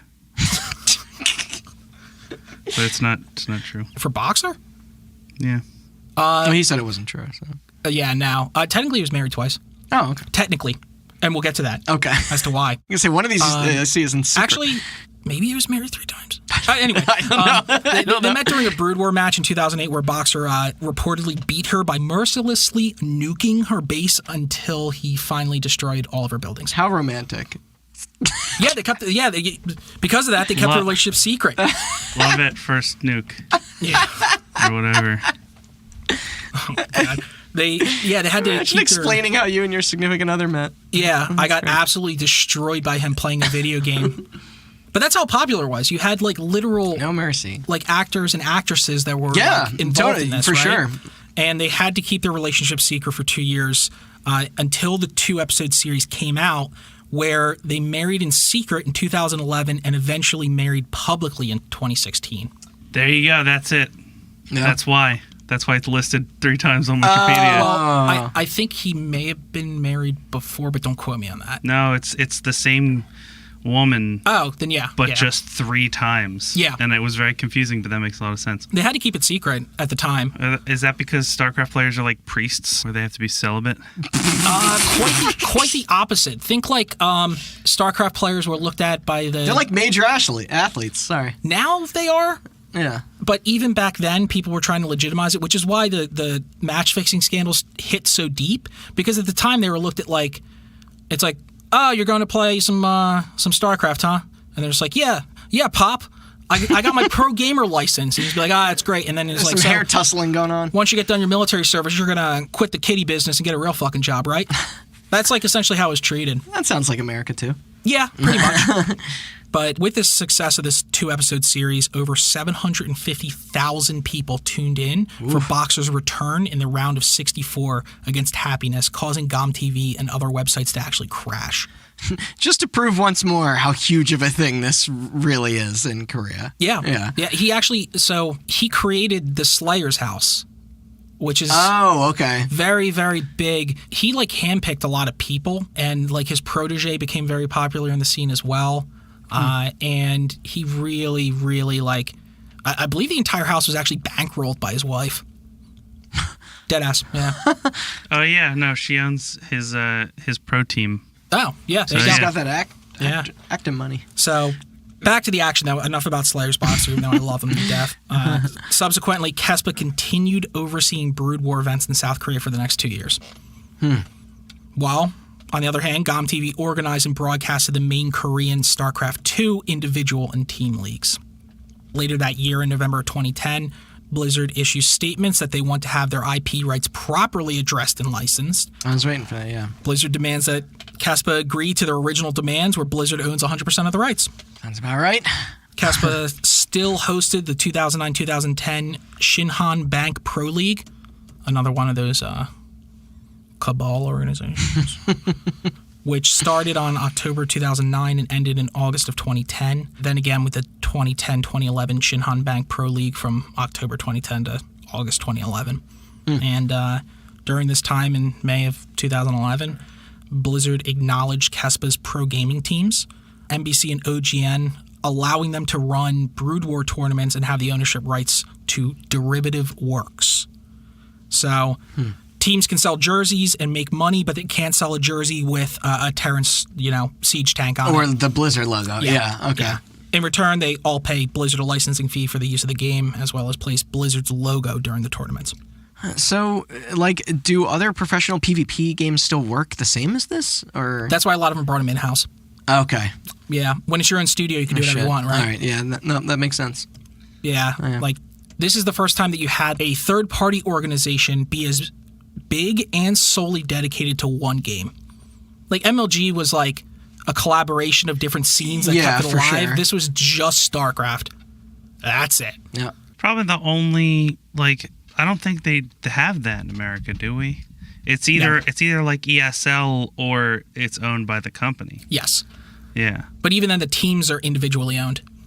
It's not a third party owning the rights to the teams and then playing another company's game. Yeah, exactly. Yeah. And Comcast owns an Overwatch team. We brought that up last time. Is it the Philadelphia Fusions? The Philadelphia Shitty Routers. Yeah, the Philadelphia Shitty Routers. Careful, Chris. Don't stare at the tower. It's looking.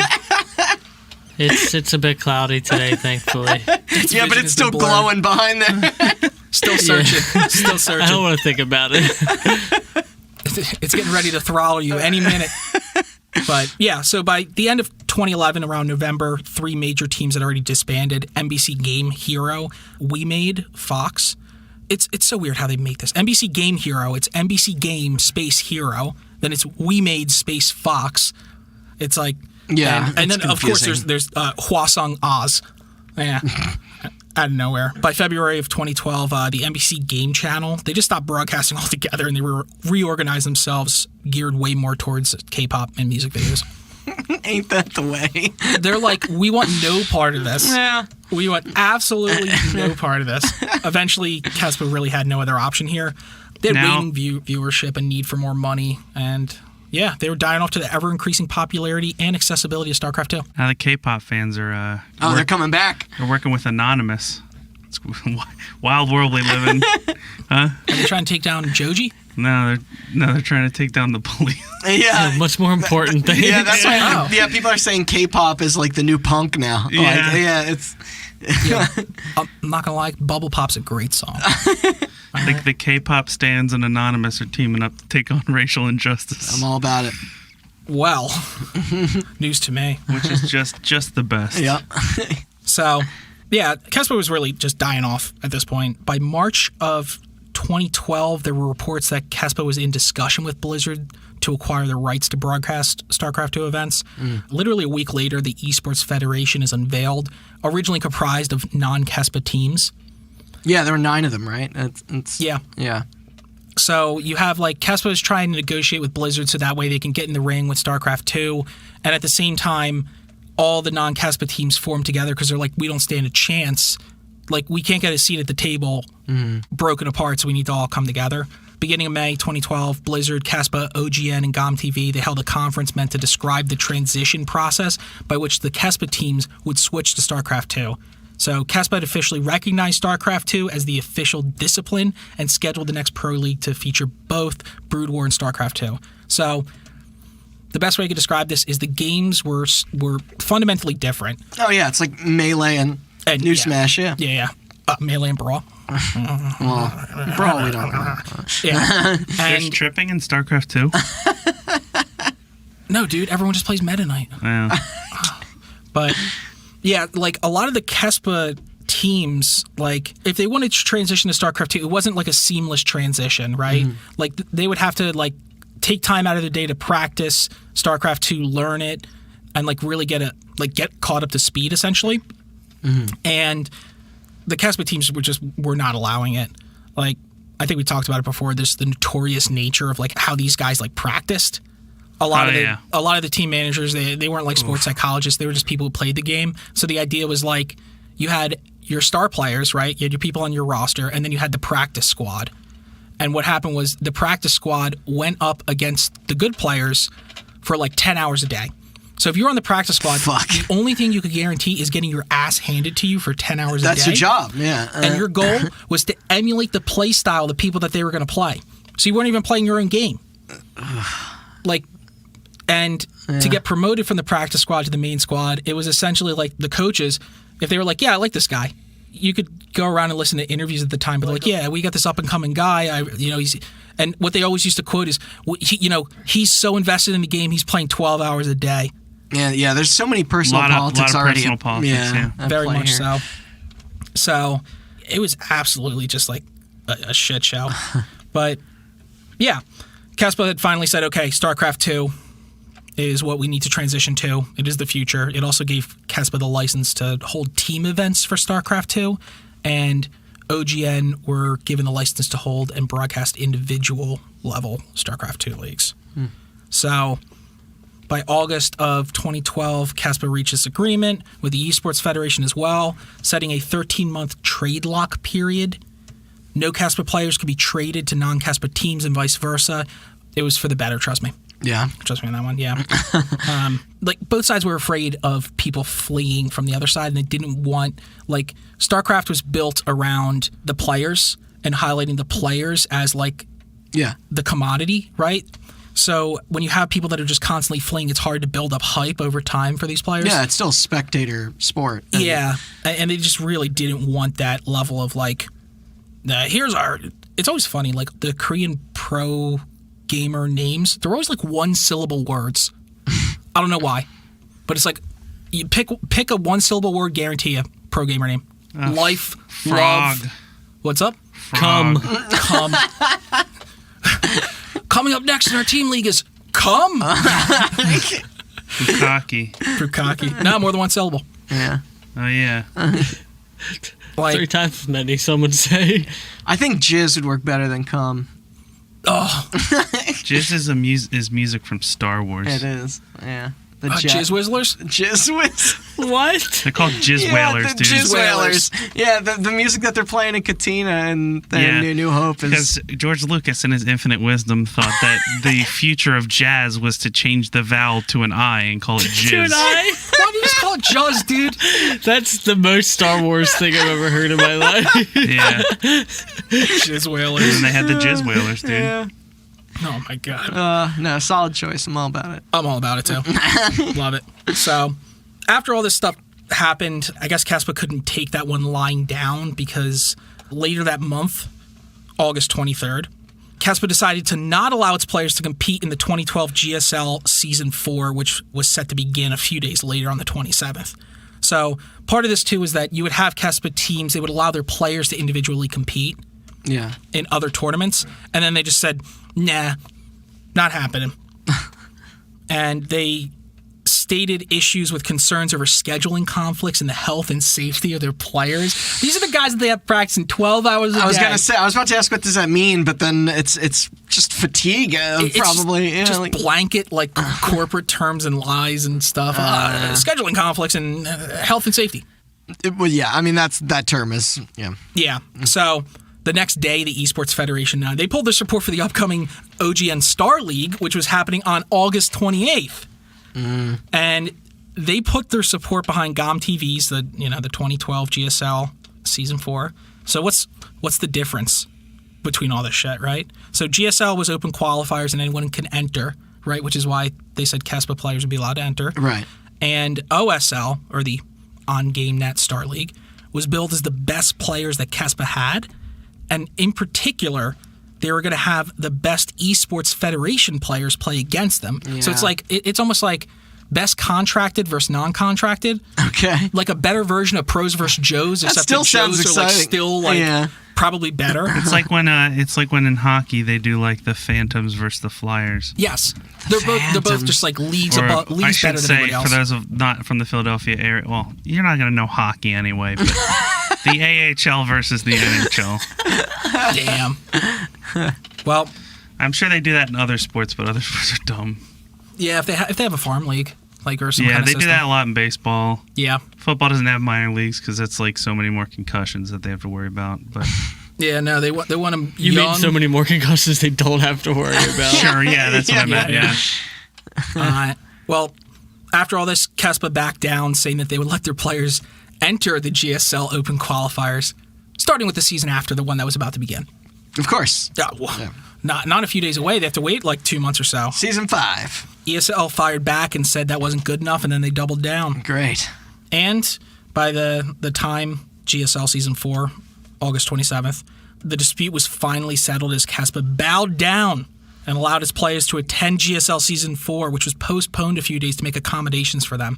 And GOM TV sent players to OSL as well. Yeah. So you see a lot of that like back and forth trying to keep control of what's happening and keeping like the scene together until it doesn't. And this is where KESPA kind of began to lose control, right? Yeah. You kind of have these dual leagues that are running at the same time, and eventually by 2012, the KESPA sponsor one just couldn't get the same traction that GOM TV events were drawing. Yeah. And then the biggest hammer that fell to date is probably in April of 2013, where Blizzard introduced the WCS in an effort to promote the highest levels of professional StarCraft 2 competition. Only the best. Yeah. So WCS, they basically stole the GOM TV Star League, like how they operated it. I have here Inspired, but they basically stole it, where seasons would run over multiple months. These new leagues would be played under the name WCS Premier League with a lower tier named WCS Challenger, which is analogous to GSL's Code S and Code A, respectively. Okay. the Korean StarCraft 2 leagues, they were included in this transition and came under the WCS banner, with WCS points being given out alongside prize money to decide who would qualify for the global finals. But Blizzard, in all of their wizardly fucking powers, also made a WCS league for America, Europe, and Korea, but didn't have the forethought to make it region locked. So you have dominant Koreans, essentially, they've been playing StarCraft 1 for 10 years? If not longer. Not longer. They come over and they just literally annihilate almost every tournament. It's funny hearing you bring this up when you consider what was also done years later with the Overwatch League that we mentioned in the last episode, and a little bit in this one with their city teams and stuff. Yeah, like region locking was just... They eventually introduced it, but... So what happened to the follow-up of the 2013 Hot 6 Global StarCraft League Season 1, Season 2? I don't... Yeah, no, it was just called the 2013 WCS Season 1 Korea GSL. Okay. All these tournaments that had, like, the corporate sponsorships, they just essentially transitioned to WCS Season whatever, Korea. Oh. Yeah, so like OSL Season 2 now is the 2013 WCS Season 2 Korea OSL. After Season 1, OGN just disbanded it. Just disbanded it, yeah. Okay. On GameNet, one of the broadcasters, the TNT of the USA Network. I guess both of them are out now. Yeah. Right. So for the next few years, KESPA, IEG, who held the broadcasting rights, they continued its pro league with a new broadcaster, now that OGN was out of the business and so was NBC, called Spot TV, or SPO TV Games. Okay, I was, because I read that as Spot TV as well. Spot TV too, right? Yeah. SPO TV. Yeah. During the whole... Or Spot V. Spot V too. Spot V. That's what we're going to call it from here on out. It's easier.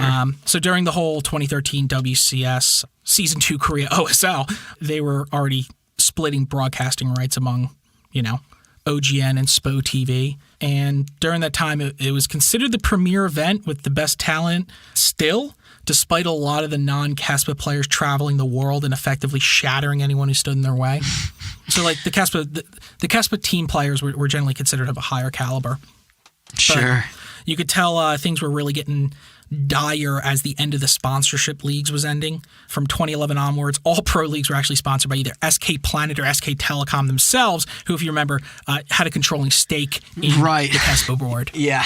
So they couldn't find anybody else to do it, so the president was like, my company. We'll keep this alive. It's that kind of thing. Yeah. During the 2012-2013 SK Planet Pro League, they even had the first foreign team competing. Team EG-Liquid. Yep. Who also came up. Team Evil Geniuses. Part 1. Been around for a while, and Team Liquid. Mm-hmm. They combined together. Tons of games. To send their best players who were decimated, utterly destroyed in the leagues. And the hype actually quickly... And somehow, even though they came together, their name got worse. EG-Liquid? Yeah. The hype for all this stuff quickly died as the players like Flash all killed their team and eventually resulted in a 7-14 record overall for the season. They finished last place, and the 2014 Pro League didn't have any foreign teams. So this might be a bit of a backtrack, but how did teams work? So like NASCAR? It's when a couple of people get together to play the same game together.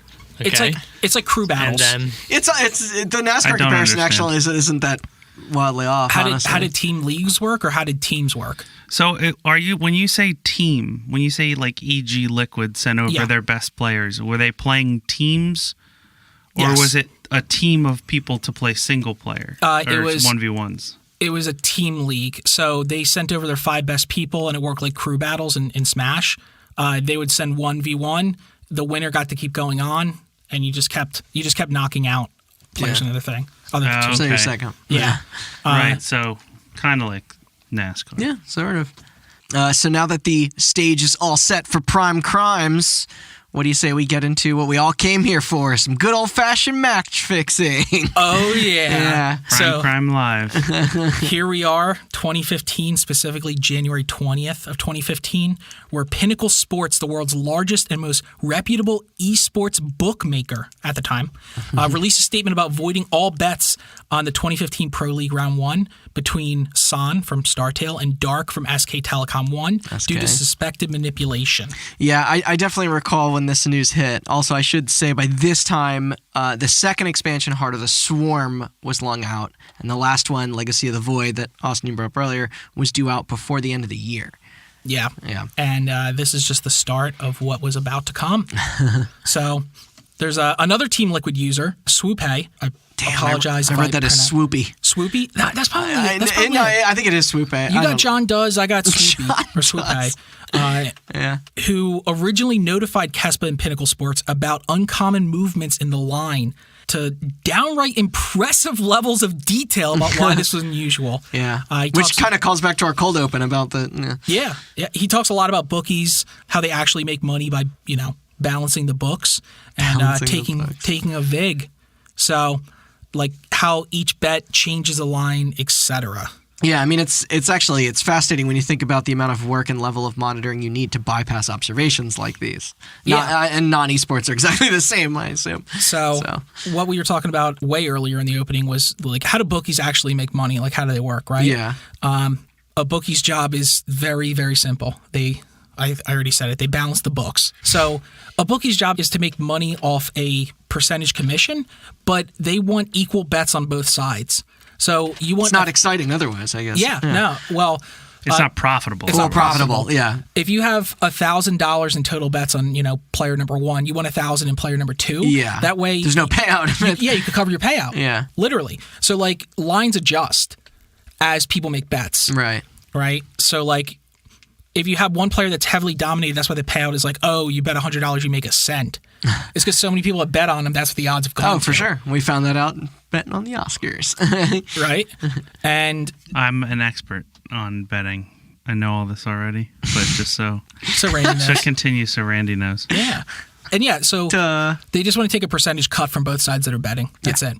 They have no vested interest in, who wins. It's just about making sure that they always make money. Of course. And Pinnacle Sports, to their credit, must have started to take notice because 3 days later on January 23rd in 2015, they voided bets on another match between Innovation and Super, and it was confirmed that the betting lines for the first map had rapidly changed shortly before the match began.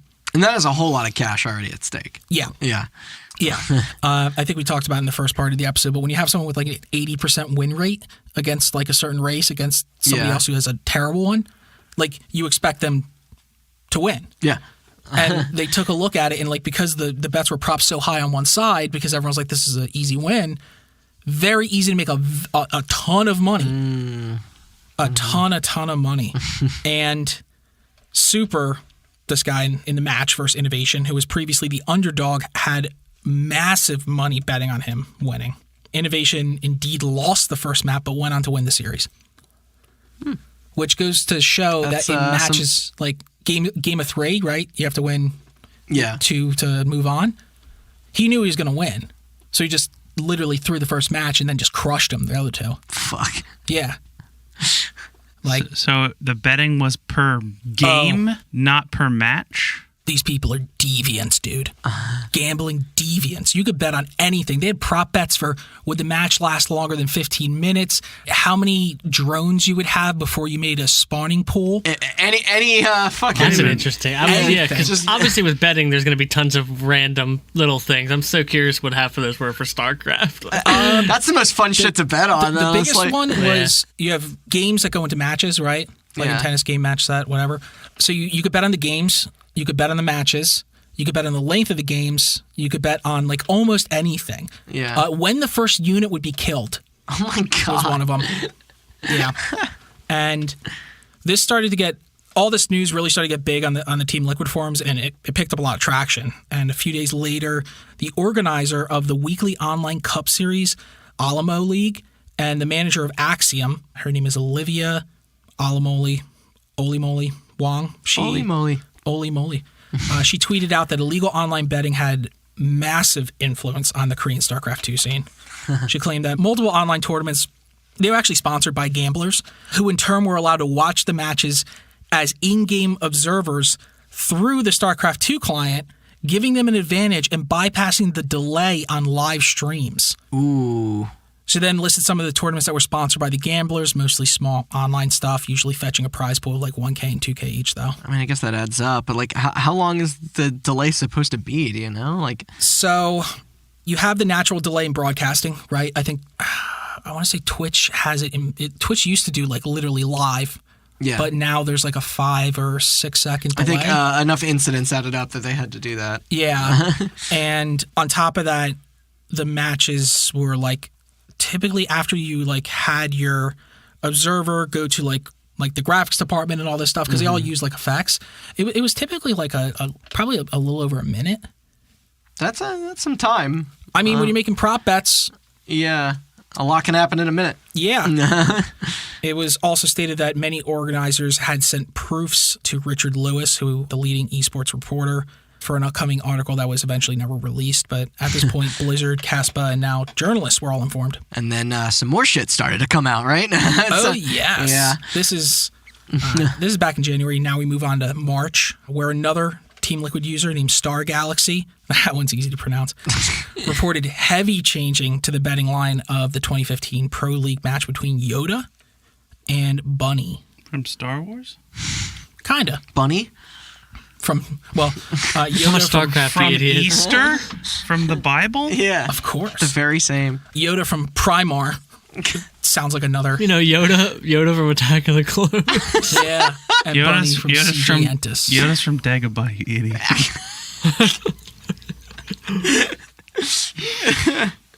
Dagobah. Well, yeah, so I've actually watched all these matches, and during this match in particular between Yoda and not Bunny? from Dagobah. I've actually been forced at your residence to watch StarCraft matches by you before, so Believable, right? Yeah. And there was actually a disconnect in the match. Oh, no shit. Okay. Yeah, Yoda disconnected and they had to restart the game about 3 minutes to a save state, which was real big. Yeah. Not a conspiracy theorist, but like coincidence. I know. You sent this to me. And it's funny because I don't know what rules are in place when something like this happens. Like, it's... There was a huge outcry at the time that there was no LAN on StarCraft 2. Yep. And it was eventually fixed. There was like... LAN is being phased out of almost most competitive games now. Nowadays. Until, I think at BlizzCon, they had to disconnect. When like the senior leadership were sitting like in the stands watching it. That's a rough thing to have. The way they do it now is they don't do LAN. What they'll do is they'll Tournament server? do a tournament server. Yeah. Because all LAN is just a local network. Mm-hmm. And so if you run the server locally, then there's no ping. So it's the same thing, but Yeah. So, but way more reliable. Yeah. yeah. Way more reliable. League of Legends does that now too. Mm-hmm. But this wasn't even the end of it. A few weeks later, Pinnacle Sports once again voided out all bets on an SE2 match between Bjall and Marine King in a Pro League match. Marine King had an 8-1 payout while he was favored. According to the statistics, he should have won. No problem. But the betting line showed that if you paid $1 to bet on him, you win 8, and he was the favorite player going into it. And So that's how many people bet on the other guy? bet on the other guy. Yeah. Yeah. Most notably during the match, he didn't respond to a proxy hatchery cheese where the hatchery was in vision. He saw creep on the map. So, Which is much harder to fake, I feel. Like not yes. seeing that. Yeah. Yes. All right, you said a bunch of words and I kind of blanked out. Okay. During the match, the guy who was favored on his mini map, he got vision and he saw an area that had creep on it, which means that a Zerg building was being placed there. Yeah. Okay. And this is And all being recorded. So All it's- recorded. Yeah. All recorded. And he lost to it, which shouldn't have happened at a pro level. Almost immediately once they notice it. These are guys that are responding in like less than a second to like drops in their base. Yeah. And he doesn't notice on his mini map for like 2 full minutes that there's somebody who's like trying to cheese him. And Marine King's team MVP posted that, they take these allegations very seriously, and they themselves concluded that he lost the match due to personal stress and pressure. Right. Which, But the bets were voided. it's gamey, but yeah. Moving forward, once again, in April, extraordinary lines were being drawn between Seoul-Ki and Creator. Seoul-Ki was the favorite to win this Code A match, right? Like the lesser league in Korea. However, Creator was heavily favored by bets to win the first map, and indeed he won it. Naturally. Yeah. Then finally, on May 7th, KESPA released an official statement regarding the match-fixing allegations. None of the players involved. None of the players were involved in match fixing, according to KESPA. Of course. There had been some attempts to fix matches. The players were approached by brokers, but of course they rejected the offers, causing a loss to the investors. And this is where it starts to get real. There are incidents reported to the police that some brokers and investors were jailed. Did they really openly go out of their way to say, like, oh, they were approached, but they said no? Because that's like the most suspicious fucking thing you could possibly do. They were just be like, no, you guys are right to assume because they were approached, they just said no. Look, people came up, they offered. Our players of highest integrity said absolutely not. Yeah, why say anything at all? Like, maybe that's just an American mindset. It seems like overly deceptive. In America, it would be like our legal department advises us not to make any comment on an ongoing investigation. Yeah. But so KESPA is clearly stepping up their efforts to take down the illegal betting websites to prevent further incidences. And they're also doing more to protect the players from these horrendous brokers. Until the case has been fully resolved, people should not make inappropriate accusations to players and cause harm to them. Yeah. And finally, they continue to communicate with fans until the final decision is out to prevent any future illegal acts. So was it the months of people telling KESPA match fixing was happening, or? Nope. A Korean news story broke that ran saying that a Korean betting broker offered Seoul Key money for match fixing. Of course, he turned it down, and the investor detained the broker. So when I talk about investors and brokers, investors are the people who are bankrolling the operation. Yeah, which there were a few of those last time around. You can't have seedy gangsters talking to pro gamers. You need a middleman. And the broker is the person who knows the pro gamers that's going to talk to them and convince them that they need to do this. So when he turned it down, this investor, this bankroller, he detained the broker after losing money in the bets. The broker felt threatened and asked the police for help, and in turn they launched an investigation and questioned Solkey. So they did things like remove the in-game clock to counteract some of the prop bets, like no Vespi gas before 3 minutes. Or Zerg speed before 2:30. One part of this story is true. The police did launch an investigation. Yeah, so on October 15th, later that same year, the Changwon Regional Prosecution Services Special Investigations Division. Yes. That's a mouthful. Or CRPSSID. That's my favorite CBS cop drama. Formally released an investigation report in regards to the whole thing. They named 2 players and 1 coach who had fixed 5 matches and were busted. Gerard, the coach of Team Prime. Yoda, the green man himself. Player on Team Prime. B-Bong. I think they just call him 4B. Or B4. B-Bong, another player B-Bong on Team Prime. And Team Prime, I keep mentioning them. And you're probably saying, who are they? Oh, yeah. They're one of the 8 teams in KESPA's Pro League. Their records during all 4 rounds of Pro League. In round 1, they finished 7th place out of 8th. Round 2, they finished 7th. Round 3 and round 4, they finished dead last. Yeah, so in total there were, 12 identified suspects. 9 were indicted and arrested. 2 were indicted but not arrested. And here's the best part. 1 was still at large. Yeah. So you had this coach of Team Prime, Gerard, who was indicted and arrested. Obviously you had Yoda, B4, 4B. A guy named Enough, who was a former Brood War pro and journalist, indicted and arrested. 3 brokers, aged 39, 38, 28. They do not give their names. They call them all Suspect A, and they go through the alphabet. What, they're not Suspect John A, Doe? Suspect 1, Suspect I. Gold team rules. All of them jailed. 2 members of a criminal organization. I think they're going to be like, all of them executed.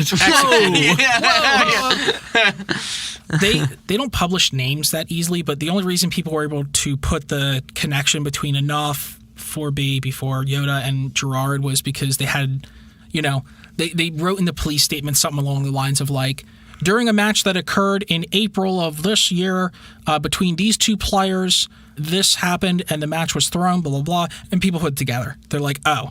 Yeah. These are the incidents where the line shifted so heavily. You can connect those dots. Yeah. But yeah, two I'm members not of going to tell some you their criminal names, organization. but on this day, at this hour, At this time, there was a Starcraft match. I'm not going to tell you which one.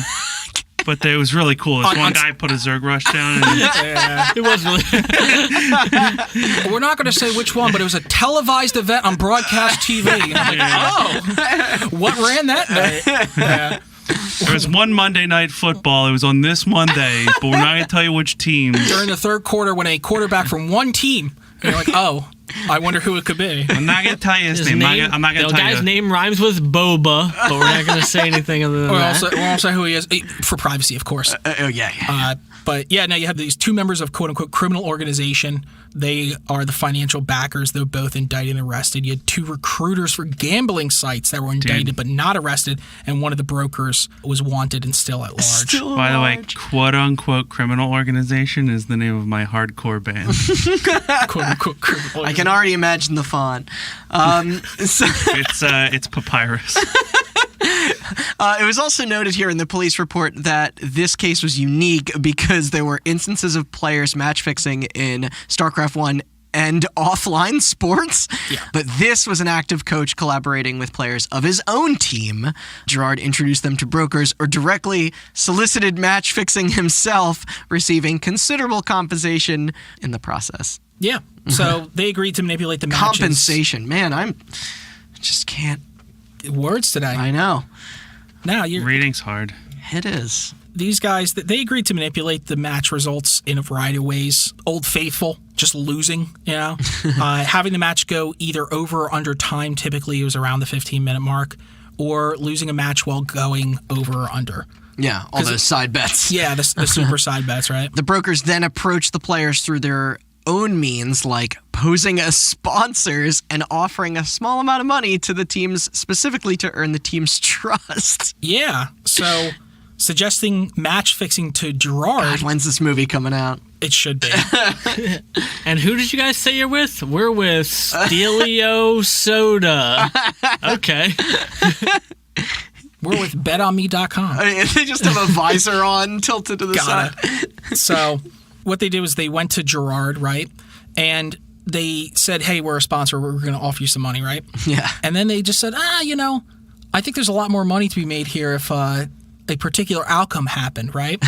And once one successful match fix was made, the brokers just went straight to the players, like straight to them directly, offered large compensation for match fixing.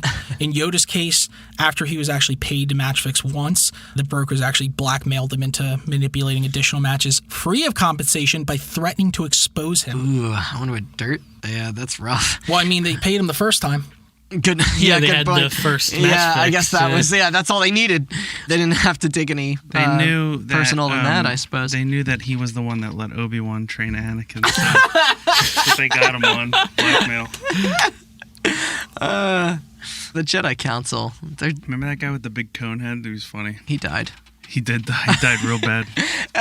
So then apparently they also used an ex-pro and a gaming journalist as a broker? Yeah. Yeah, enough. He was a famous StarCraft That was him? 1 pro gamer. He was a journalist. He was a broadcast host, had many connections with head coaches, players, others in the industry. I bet. Enough used his relationships with Gerard and Yoda to approach them and offering match fixing for a fairly large fee. Yeah, so one of the players even used Facebook to try and solicit fixes from either player, either by going to friends of players, but they were ultimately turned down anyway. Yeah. They still got paid, $9K by those gangsters, though, as operating funds, quote unquote. Yeah, they basically said, like, if you want me to talk to these pros, I need a little bit of a slush fund to really wet the whistle. And they just took $9K from them. See, they bet directly on the illegal betting websites themselves, which wasn't too smart.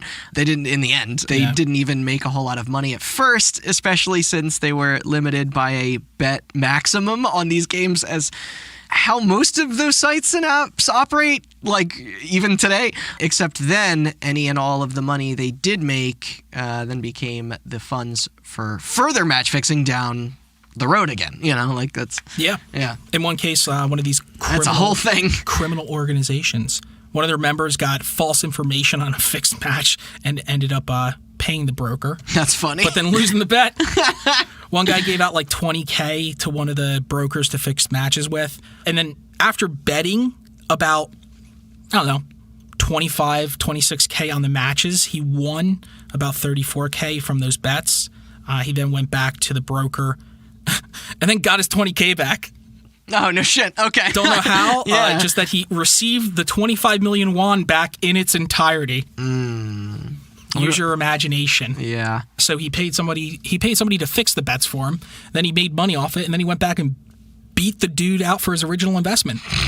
One of these financial backers had the information on the match fixing. They even sent 2 recruiters to net cafes to recruit members for a betting club, which used match fixing information, where they received a commission of 30% or more from the members. Wow. Yeah, one of the recruiters was able to collect approximately 28.6K or 35 million won from the betting club and had to pay some of that money back to the gangsters, the financial backers as well. Jesus Christ. And what were the total payouts? Here we go, Amazing. baby. Yeah. Gerard spent about 49K on illegal gambling. Yoda, for the 4 matches that he fixed, the first match he got paid out about $16,500. The second one, they not said, bad. you're fucked, you're doing it for free. The third one, he won about $8K, and then the fourth one, they said, He did it for free again? Yeah, you're totally fucked. Wait, why? Why did you do it for free? Because they said if you don't do it for free, we're going to go to the cops. That's where the blackmail comes in. Oh, right.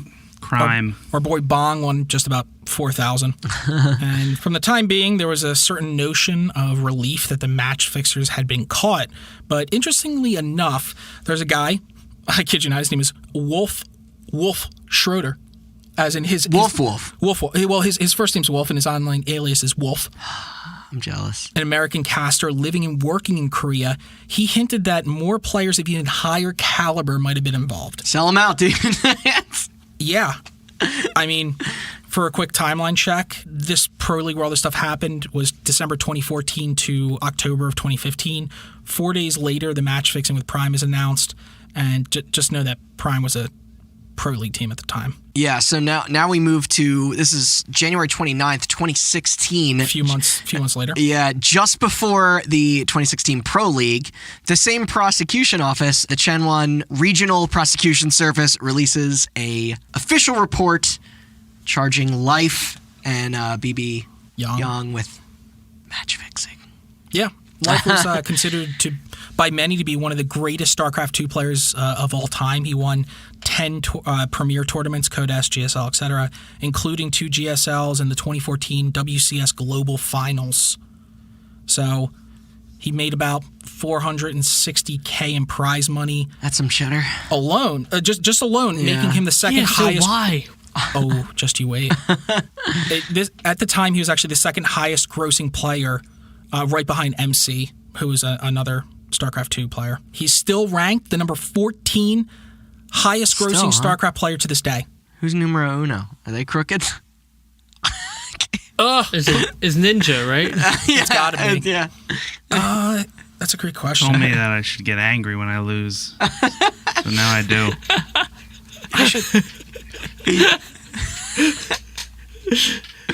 Oh, and apparently that one booker, by the way, who is still missing from the previous investigation, was finally found.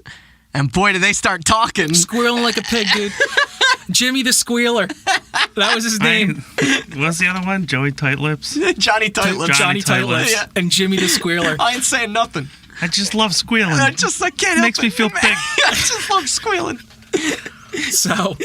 So through another series of brokers, financial backers, and online bets, Life was paid a total of $62K to throw 2 games in the Giga Internet 2015 Kespa Cup Season 1. That's not a bad payday. No. 62K to throw 2 games? That's 30 minutes of your life. Man. This next one's even better. Yeah, BB Young received 30 million won, about 25. Oh, no, that's less. Okay, no. 24.5K to throw 1 game in one of the global StarCraft leagues. Yeah. Add it up. Both Life and BB Young played for teams and participated in the 2015 Pro League. Life played for StarTale and BB Young for CJ Entis, where he had been a member from 2008 until his arrest. Yeah. That's a long time to be playing video games. So this is all Kespa? Yes. This is part of the WCS. Yes. Okay. When the WCS was made, they invited the Korean leagues, but allowed them to kind of keep their names. And Right. outside of Korea, they created the WCS league, which originally wasn't region locked. So so you had like KESPA teams that were operating in Korea, which for a brief moment had foreigners. Then you had these essentially free agents that just travel the world and beat the shit out of everybody until they introduced region locking. Now, this next part I didn't know until you told me how old he was. Yeah. The saddest part about this, when Life was only 18 at the time. Yeah. Old enough to go to jail. Just enough. Just enough. Naturally, the Korean courts denied his appeal for more lenient sentencing. Oh, that's dark. Which Life had actually filed earlier. Yeah. And then by July... He's going to be giving that name Life a new meaning, you know what I mean? Yeah, maybe going to Starcraft jail. 5 will be up. But Going to jail for life. then by July 14th, this is also 2016, sentencing for all parties had concluded. Yep. Yeah. Gerard, Yoda, BB4 were each sentenced to 18 months in prison on 3-year suspension, aka probation. Yoda was fined 30 million won, aka all the money he accepted for throwing the matches. Gerard was fined 10 million, or the money he passed along to Yoda for one of the throws, and BB4 was fined 5 million won, or all the money he accepted. Life was how'd our 18-year-old boy do there? sentenced to 18 months in prison, 3-year suspension, as well as 70 million won fine. Okay. Couldn't find anything on BB Young's sentence, but I imagine it follows the trend. It's in line with It seems like if you have match fixing allegations and you get convicted, it's like 2.5 years in jail, 3 years of probation. And all of this is just in time for the 2016 Pro League. Of course. Yeah. By the start of this, the team count diminished from 8 to 7. I wonder why. With Team Sibenu, previously Team Startail, where Life had played, they rebranded themselves Afrika Freaks due to the CEO of Sibenu being sued for fraud the same week as the match-fixing allegations were announced. Well, they went out with a better name. Yeah, Afrika Freaks is a great name. In fact, the dude Bebong, he played during week 1 of that Pro League, the 2016, in a match against Alive from Afrika Freaks, where before he went and turned himself in, he lost the match. Rough. He knew, this guy knew that it was coming down the pipeline. Yeah. And he still showed up to play StarCraft. Fucking Gotta lost. give it to him, yeah. Absolutely lost. Then he just went in and he's just like, I can't deal with this. When we get into the apologies where they admit that they are failures and their parents should have aborted them or whatever. I forget the... We don't have those quotes this time around. Not this time around. No. Yeah. I imagine where they just go, I'm sorry, I'm sorry, I'm sorry, I'm sorry at the end, like 800 I apologize times. for being alive. My parents raised a terrible Yeah. Those were some great ass apologies. Basically, this was the end of the end, right? By the end of the season, it was pretty much all over. Prime was no more, and only Afrika and Jin Air were planning on maintaining rosters going into the next season. SKT1, KT Rolster, Samsung Galaxy, CJ Entus, MVP were all going to be disbanding their StarCraft 2 squads.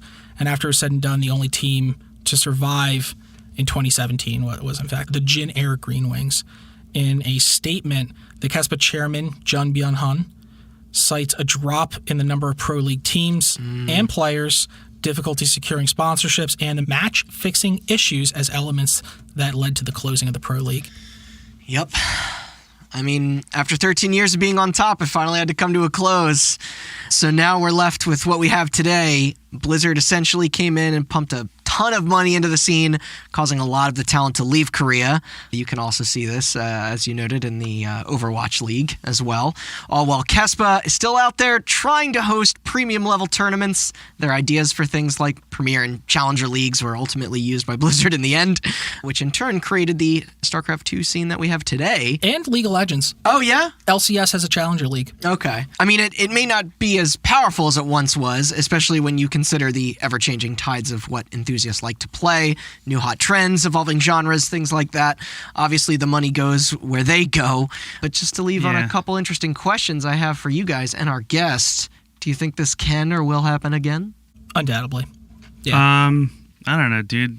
Fucking people are watching Batman Begins in Fortnite, so who gives a shit? A few weeks, I want to say a month ago, there was just an Australian team that just got busted for match fixing in CS:GO. It was in like an ESL. I only remember the name of the league because it was the ESL Mountain Dew League. And these young kids. That's great. It's like corruption in the Mountain Dew League. Who would have thought? I thought that they were better than that. Telecom companies, banks, electronic giants, sure. Yeah. But soda? Yeah, right? The most Mountain pure Dew, of corporations? But Coca-Cola? That Death Squad company? Hey, not them. Mountain Dew is made by Pepsi, sir. Like, oh, sorry. The Blue Death Squad company? Where can we go? For good, honest... You can go to the drive-in theater in Fortnite and watch Inception. That's where you can go. Safe from corruption. I was going to say, we can also go into a real theater and risk death for Christopher Nolan's new movie. For all of you listening, that's not a joke. No, it's not. That's sad. Fortnite You can watch a hosted movie in Fortnite? Fortnite hosted screenings of Christopher Nolan movies to promote his new movie that's coming out in theaters. And you can just shoot now. somebody while they're watching it? In theaters exclusively. Yeah, in theaters, because they were like, Christopher Nolan, we should put this on demand so people don't die. And he was like, no, damn it, theaters. It's got to be on film or whatever. And listen, so, I like movie theaters. Just delay it. It's okay. Just wait a couple months. Yeah. Even that pompous ass Scorsese put his movie out on fucking streaming after complaining about movie theaters being the best way. God damn. And you can't. The Irishman. So I want to leave us with one more thing here, just because this I think this will be a fun way to. Speaking of the Irishman, Jesus Christ, with these 2 episodes we've done. Yeah, this is our version of The Irishman.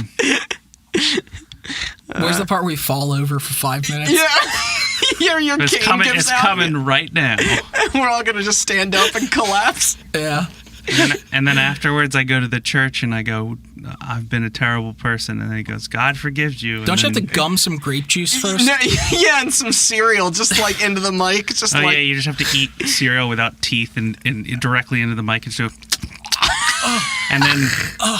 And then just have the sopping wet cereal just fall out of your mouth because your teeth don't fit in anymore. Oh my God. The Irishman sucks, everybody. I know. What a movie. What a Worst movie. CG blood I've seen. that was the since problem. The Expendables. There's a lot of problems. Yeah. But I'm curious. I'm just curious here. Do you think that Blizzard will make a Starcraft 3 anytime in the next several years? In the Depends next several years, absolutely not. No, Will they replace no minerals with actual currency? So every time you want to buy a unit for 100 minerals, it's a $1? I have a feeling That's more likely than StarCraft 3. I have a feeling if Blizzard ever makes another RTS, which I don't think they will, but if they do, it'll probably be Warcraft 4. Yeah, I think the same thing. Yeah. You like StarCraft Brood War, it was just one of those games that unintentionally became hyper popular. Mm-hmm. And then when StarCraft 2 came out, it started super strong. And then like the question you got to ask yourself here is, who's the villain? Is it Kespa or is it Blizzard? Or the match fixers. Right. I mean, well, we know that their villains are criminals. I think It's probably everybody. Yeah, But like, I think they all work together to knock that game out of the limelight. And like Blizzard's definitely evil. I mean, Blizzard I think the came villain out was Yoda? Riot and the inevitable march of time. Those two work together. Like, yeah, I guess that's also fair. When StarCraft 2 came out, there were no major gaming leagues, right? And Blizzard kind of set the precedence of, one, making it an in-house thing and not relying on like localized tournaments. And on top of that, fucked it up royally. To the point that like StarCraft 2 was probably the most popular esport for a few years, and now like It practically created it, as we covered in our first StarCraft 1, I mean. But, and then it kind of cratered out. well, I should say it didn't create it, but it built this sort of scene where it could become like financially sustainable, and now it's Not anymore. not anymore. Now I think they just announced changes to the WCS league recently, where they handed over the reins of WCS to like ESL and DreamHack. So they're giving it back to like The people that which is like what they literally fought Kespa in court over. that's kind of was ironic. like, you just gotta give us money, and then they're like, no, we'll do it. So like Kespa, which really cultivated this entire thing and made it as big as it is, because like StarCraft and Korea kind of go hand in hand, right? Mm-hmm. So like, will Blizzard make a StarCraft 3 out of it all? If they do, I hope Eventually. they don't fuck it up. Yeah, it'll be a mobile game. It It's fine. will be. StarCraft 3 will eventually happen. Blizzard will get to the point where they get desperate enough to make a StarCraft 3. The question is, when is that time, and will they be long dead by then? Let's hope. Oh, you know what I should probably mention too. If you want to talk about how popular StarCraft Brood War was in Korea, Korea has mandatory military service. Oh, really? And it's similar to Israel. Yeah. And they make exceptions for pro gamers. Oh my God. You can push back your military service. They use That's like what I this would clause that's like it's relevant to like, as I get older, my mechanics are going to drop, et cetera, et cetera. So I need to do this now. They accepted that, right? Then finally, I guess that became prevalent in the ages of a lot of the players and stuff we talked about. Yeah. Until Slayer's Boxer pushed back his military service, and it was finally the deadline. He had to go. You know what happened? 3 months later, the military is a sponsored fucking Brood War team. You think I'm kidding? The Air Force has a sponsored StarCraft team led by Slayer's Boxer. He went in for basic training. Little did they know he was going to be doing the training. That's insane. They were trying to figure out like helicopters. He had dropships fucking for years. Yeah. He knew it was up. Yeah, and in fact, the team was comprised of him and other former pro players who were doing their military service. Wow. They legitimately looked at him and they're like, yeah, if North Korea invades, we need you fucking fighting spirit.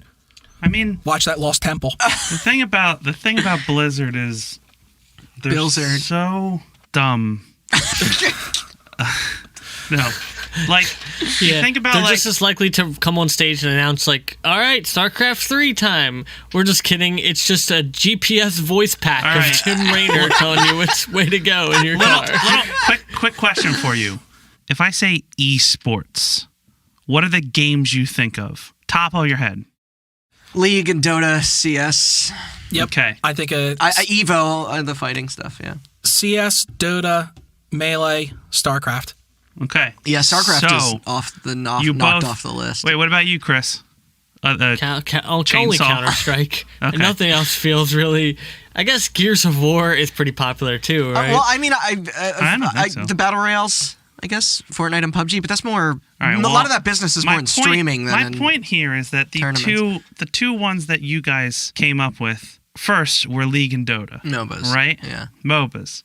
They're also the biggest moneymakers easily in esports. Yeah. And many people also call them... The LCS and the invitational shit is like... Yeah. The prize pool for the invitational is like $80 million. It's crazy. But it's crowdfunded. Shit right now. It is crowdfunded. But you know who takes a cut of that crowdfunding? Valve. Exactly. Yeah. So like... Also, I should say that these are also labeled as being the evolution of the RTS. So like, Dota came out in the early 2000s, right? Yep. League's like 09. And League was 09. Yeah. And then Dota 2 was like 2011? Yep. Yeah. It wasn't long after. So like, I don't know the exact year Dota came out. I could look it up, but I believe it's like 2002, 2003, somewhere around there. Sounds about right. Yeah. So Blizzard waited, and then Heroes of the Storm came out after Dota 2. Yes. So Blizzard, I should say, for those of you listening that don't know, Dota is a mod of Warcraft 3. Yeah. Right? Yes.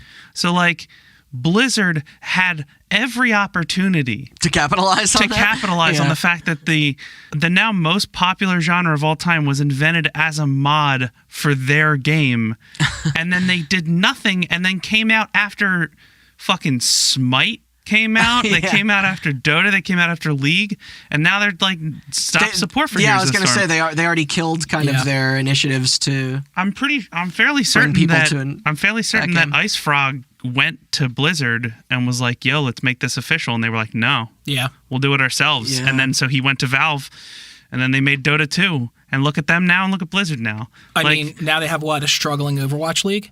Yeah. They were just talking about solvency issues, and there's been reports of faked viewer counts in the Overwatch League for like months. When do you think Blizzard's going to get on auto chess? I mean, Hearthstone has its own auto chess mode. Yeah. Okay. But yeah, like... Look at Hearthstone. Once the Lord and Savior Benjamin Brode, once he left, straight down the shitter. Yep. Straight down the shit. All I know is you need the minute they changed Leper Gnome from 2-1 to 1-1.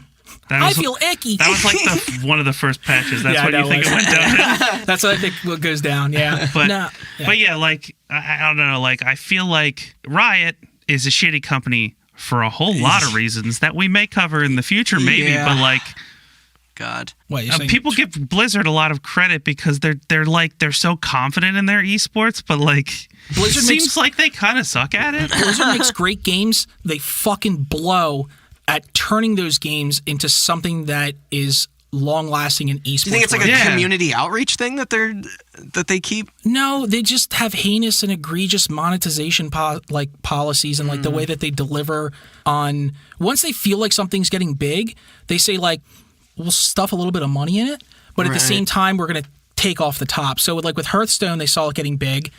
So what do? They get rid of adventures, which guarantee people get the cards. Now it's all loot box, essentially opening packs. You have Starcraft. They're like, oh, the Koreans have been doing this for 10 years. And they're like, fuck it, we'll do it ourselves. They pump a little money into it and then mismanage the shit out of it. Overwatch League, pump a whole fucking bunch of money into it. They were a little late to that too. But very late. Yeah. And then they have the genius idea. They're like, wait a minute. We could get more money from people just like Riot did, because Riot turned their in-house, like Riot offered like a different revenue management model for the LCS. Yeah. For a while, it was like you had to compete to stay in, et cetera, et cetera. You could get demoted, lose your shit. Team managers and owners were like, this isn't fair because now we have to invest all this money and then we have a chance of losing it. So like, okay, we'll do like a franchise model where you're guaranteed a spot like a sports team. But then they said, okay, you got to pay us like, I don't know, $1 million to $5 million a spot. Blizzard's like, fuck that. We're not going to go to like teams. We're just going to go to fucking sports teams. So then all the, Comcast owners of like different basketball teams, like the owner of the Bruins like owns the Boston whatever. Yeah. So instead of asking for $1 million to $2 million, they're like $20 million a spot, and they get paid. So they're just raking in from the top end, but then like they don't know how to grow or manage their games at all. Yeah. Like. And that led to the Overwatch League being managed much like a sports league. And esports are sports in the sense that people want to watch them and they're entertaining and they require skill, but they're not sports in that nobody says it's not the same thing. You have to treat it differently. Nobody says like, I can't wait for the Philadelphia shitty routers because I live near Philadelphia. Nobody says that. Like people like teams. TSM's probably the greatest example. I mean, people like players. Yeah. More than anything. And that's what the Korean scene did well in a 1v1 game, is that they promoted those players and they built hype around them. I mean, hell. They let the players build their brands instead of like teams. Valve does almost nothing for their esports. To the most legal extent they can, yeah. Yeah, and they're killing it. Yeah. Yeah. Dota 2 and CS are both very popular. Ubisoft's doing a better job than Blizzard. Yeah. You fucked up when Ubisoft's doing a better job than you. Yeah, that's true. I mean, Blizzard games also Blizzard games also rely way too heavily on patches and changes. Same with Riot. I mean, people were saying 5 years ago, like on analyst reports and shit, which is kind of off topic, that League of Legends was set to dim into nothingness by 2022. Yeah. This was in like 2015. Yep. And miraculously, was this around the time they wanted to invent their own internet or whatever? Oh, they've long done that. And lo and behold, Riot comes out and says, remember all those companies we bought up that people kind of forgot about? Yeah, we're putting out like 4 games at once. Yeah. They're taking the scattershot approach. We're starting to see it now. Oh, by the way, we're making a shooter, we're making a fighting game, we're acquiring a studio, and we're making a card game. All at Coincidence? One. So what are they looking at? They're like, well, Hearthstone's dying. We'll fucking take that over. That launcher's coming out soon. Magic Arena came out. Yeah, we can fight with them. Counter-Strike? Yeah, let's fight with them too. Yeah. What else we got? Battle Royale. Oh, Battle Royale. Like they just sit around and steal ideas. Auto chess. Oh, Auto chess. Oh, yeah. They made that real quick. TFT. They must have taken all the resources from League of Legends and just diverted it into that, and they pumped that shit out in like a month. But yeah, Blizzard, a lot of these companies, they're just symbiotic of each other. To answer your question, who's the villain? Everybody. But who's the screw up? I want to say Blizzard. Maybe they dropped the ball the hardest. I think so. Yeah. Yeah. I mean, they own the game, so I mean, it's every legal right to be like, well, we run this league now, but if you're going to do that, run it. You know what's actually really popular right now in Korea? What? Brood War. Of course. Brood War's got a blossoming scene, dude. A blossoming scene. Well, you can't take Brood War away from everybody. Oh, perfect game. But you guys want to get out of here? Yeah. All right. Thanks for listening to our 5 hours of Starcraft content. Thank you, Chris. Sincerely. Yes, thank you for all your research and the reading and hosting. It was interesting and compelling and a lot of info. It seems like there's more stories to be told. A lot of wacky names. Oh, yeah, that's always the fun part. Yeah. That's what we do here. Yes, that's what we do here. We mispronounce things from other languages. And then make fun of it. Yeah. It's really not that hard. You want to toss some plugs up? Yes. Yeah, thanks for listening. How do I do this? Oh, I always forget. And we have a website, hotbuttoncast.com. You can find all our episodes there. Including part 1. Including part 1. If you somehow listened to part 2 and did not hear part 1, they're divvied up in a well enough way. You probably understood what was going on. They're kind of two self-contained stories, a part of a bigger, go back larger and listen narrative. To episode 1. Go back and listen to the CSGO episode that we did with Chris way back. Yeah. Way back. Was that also a two-parter? Do you remember those No, times? that was a one-parter. That was before we did two-parters. That was episode 9. Next time on, I think we're almost at 70. Before we had a studio. Yeah. We were still recording at the old space. We were stealth Rest recording. in peace. Stealth recording. You can also find links to all the podcast services. You know where to find them. Just if they go off of iTunes, we're on there. Rate and review on iTunes. Share with your friends, word of mouth. Hit us up if you want to chat about anything. Yeah, I think I asked this before. We'd like to know what people are out there, and also follow all our socials: Twitter, Instagram, Facebook. If there's anything you wanted to toss out there, I'm pretty dark on social media. Yeah. But what I want to toss out there: watch the Slayers Boxer documentary. That shit's dope. All right, I gotta find that. Yeah. Thank you guys for having me on. Yeah, give me that link. I got you. I'll put a link to it on the website if people want to watch it. Cool. And the next time I come on, it'll be an 8-parter. No, this was only a 2-parter. Oh, the next one was just 3. It was just 9 hours long. Yeah. And you guys thought Tetris was gonna tire y'all out. Just get ready. We just gotta wait for something more egregious to happen. Oh, hold on. Let me check Twitter real quick. Yeah. Oh. You just vomit. Yeah. All right. Oh wait. Can we get a different Terran OST outro right now? Okay, Jason, you heard him. Yeah, get on it. Chop chop. Oh yeah, and also before we go, thank you to our producer Jason. Yes. Every episode for the nightmare of for the nightmare of recording what is probably going to be 4 or 5 hours of content. Glad we pay him well. Dude, don't tell him anything. That's so All fun. right. Yeah. Goodbye. Good night, everybody. Good night.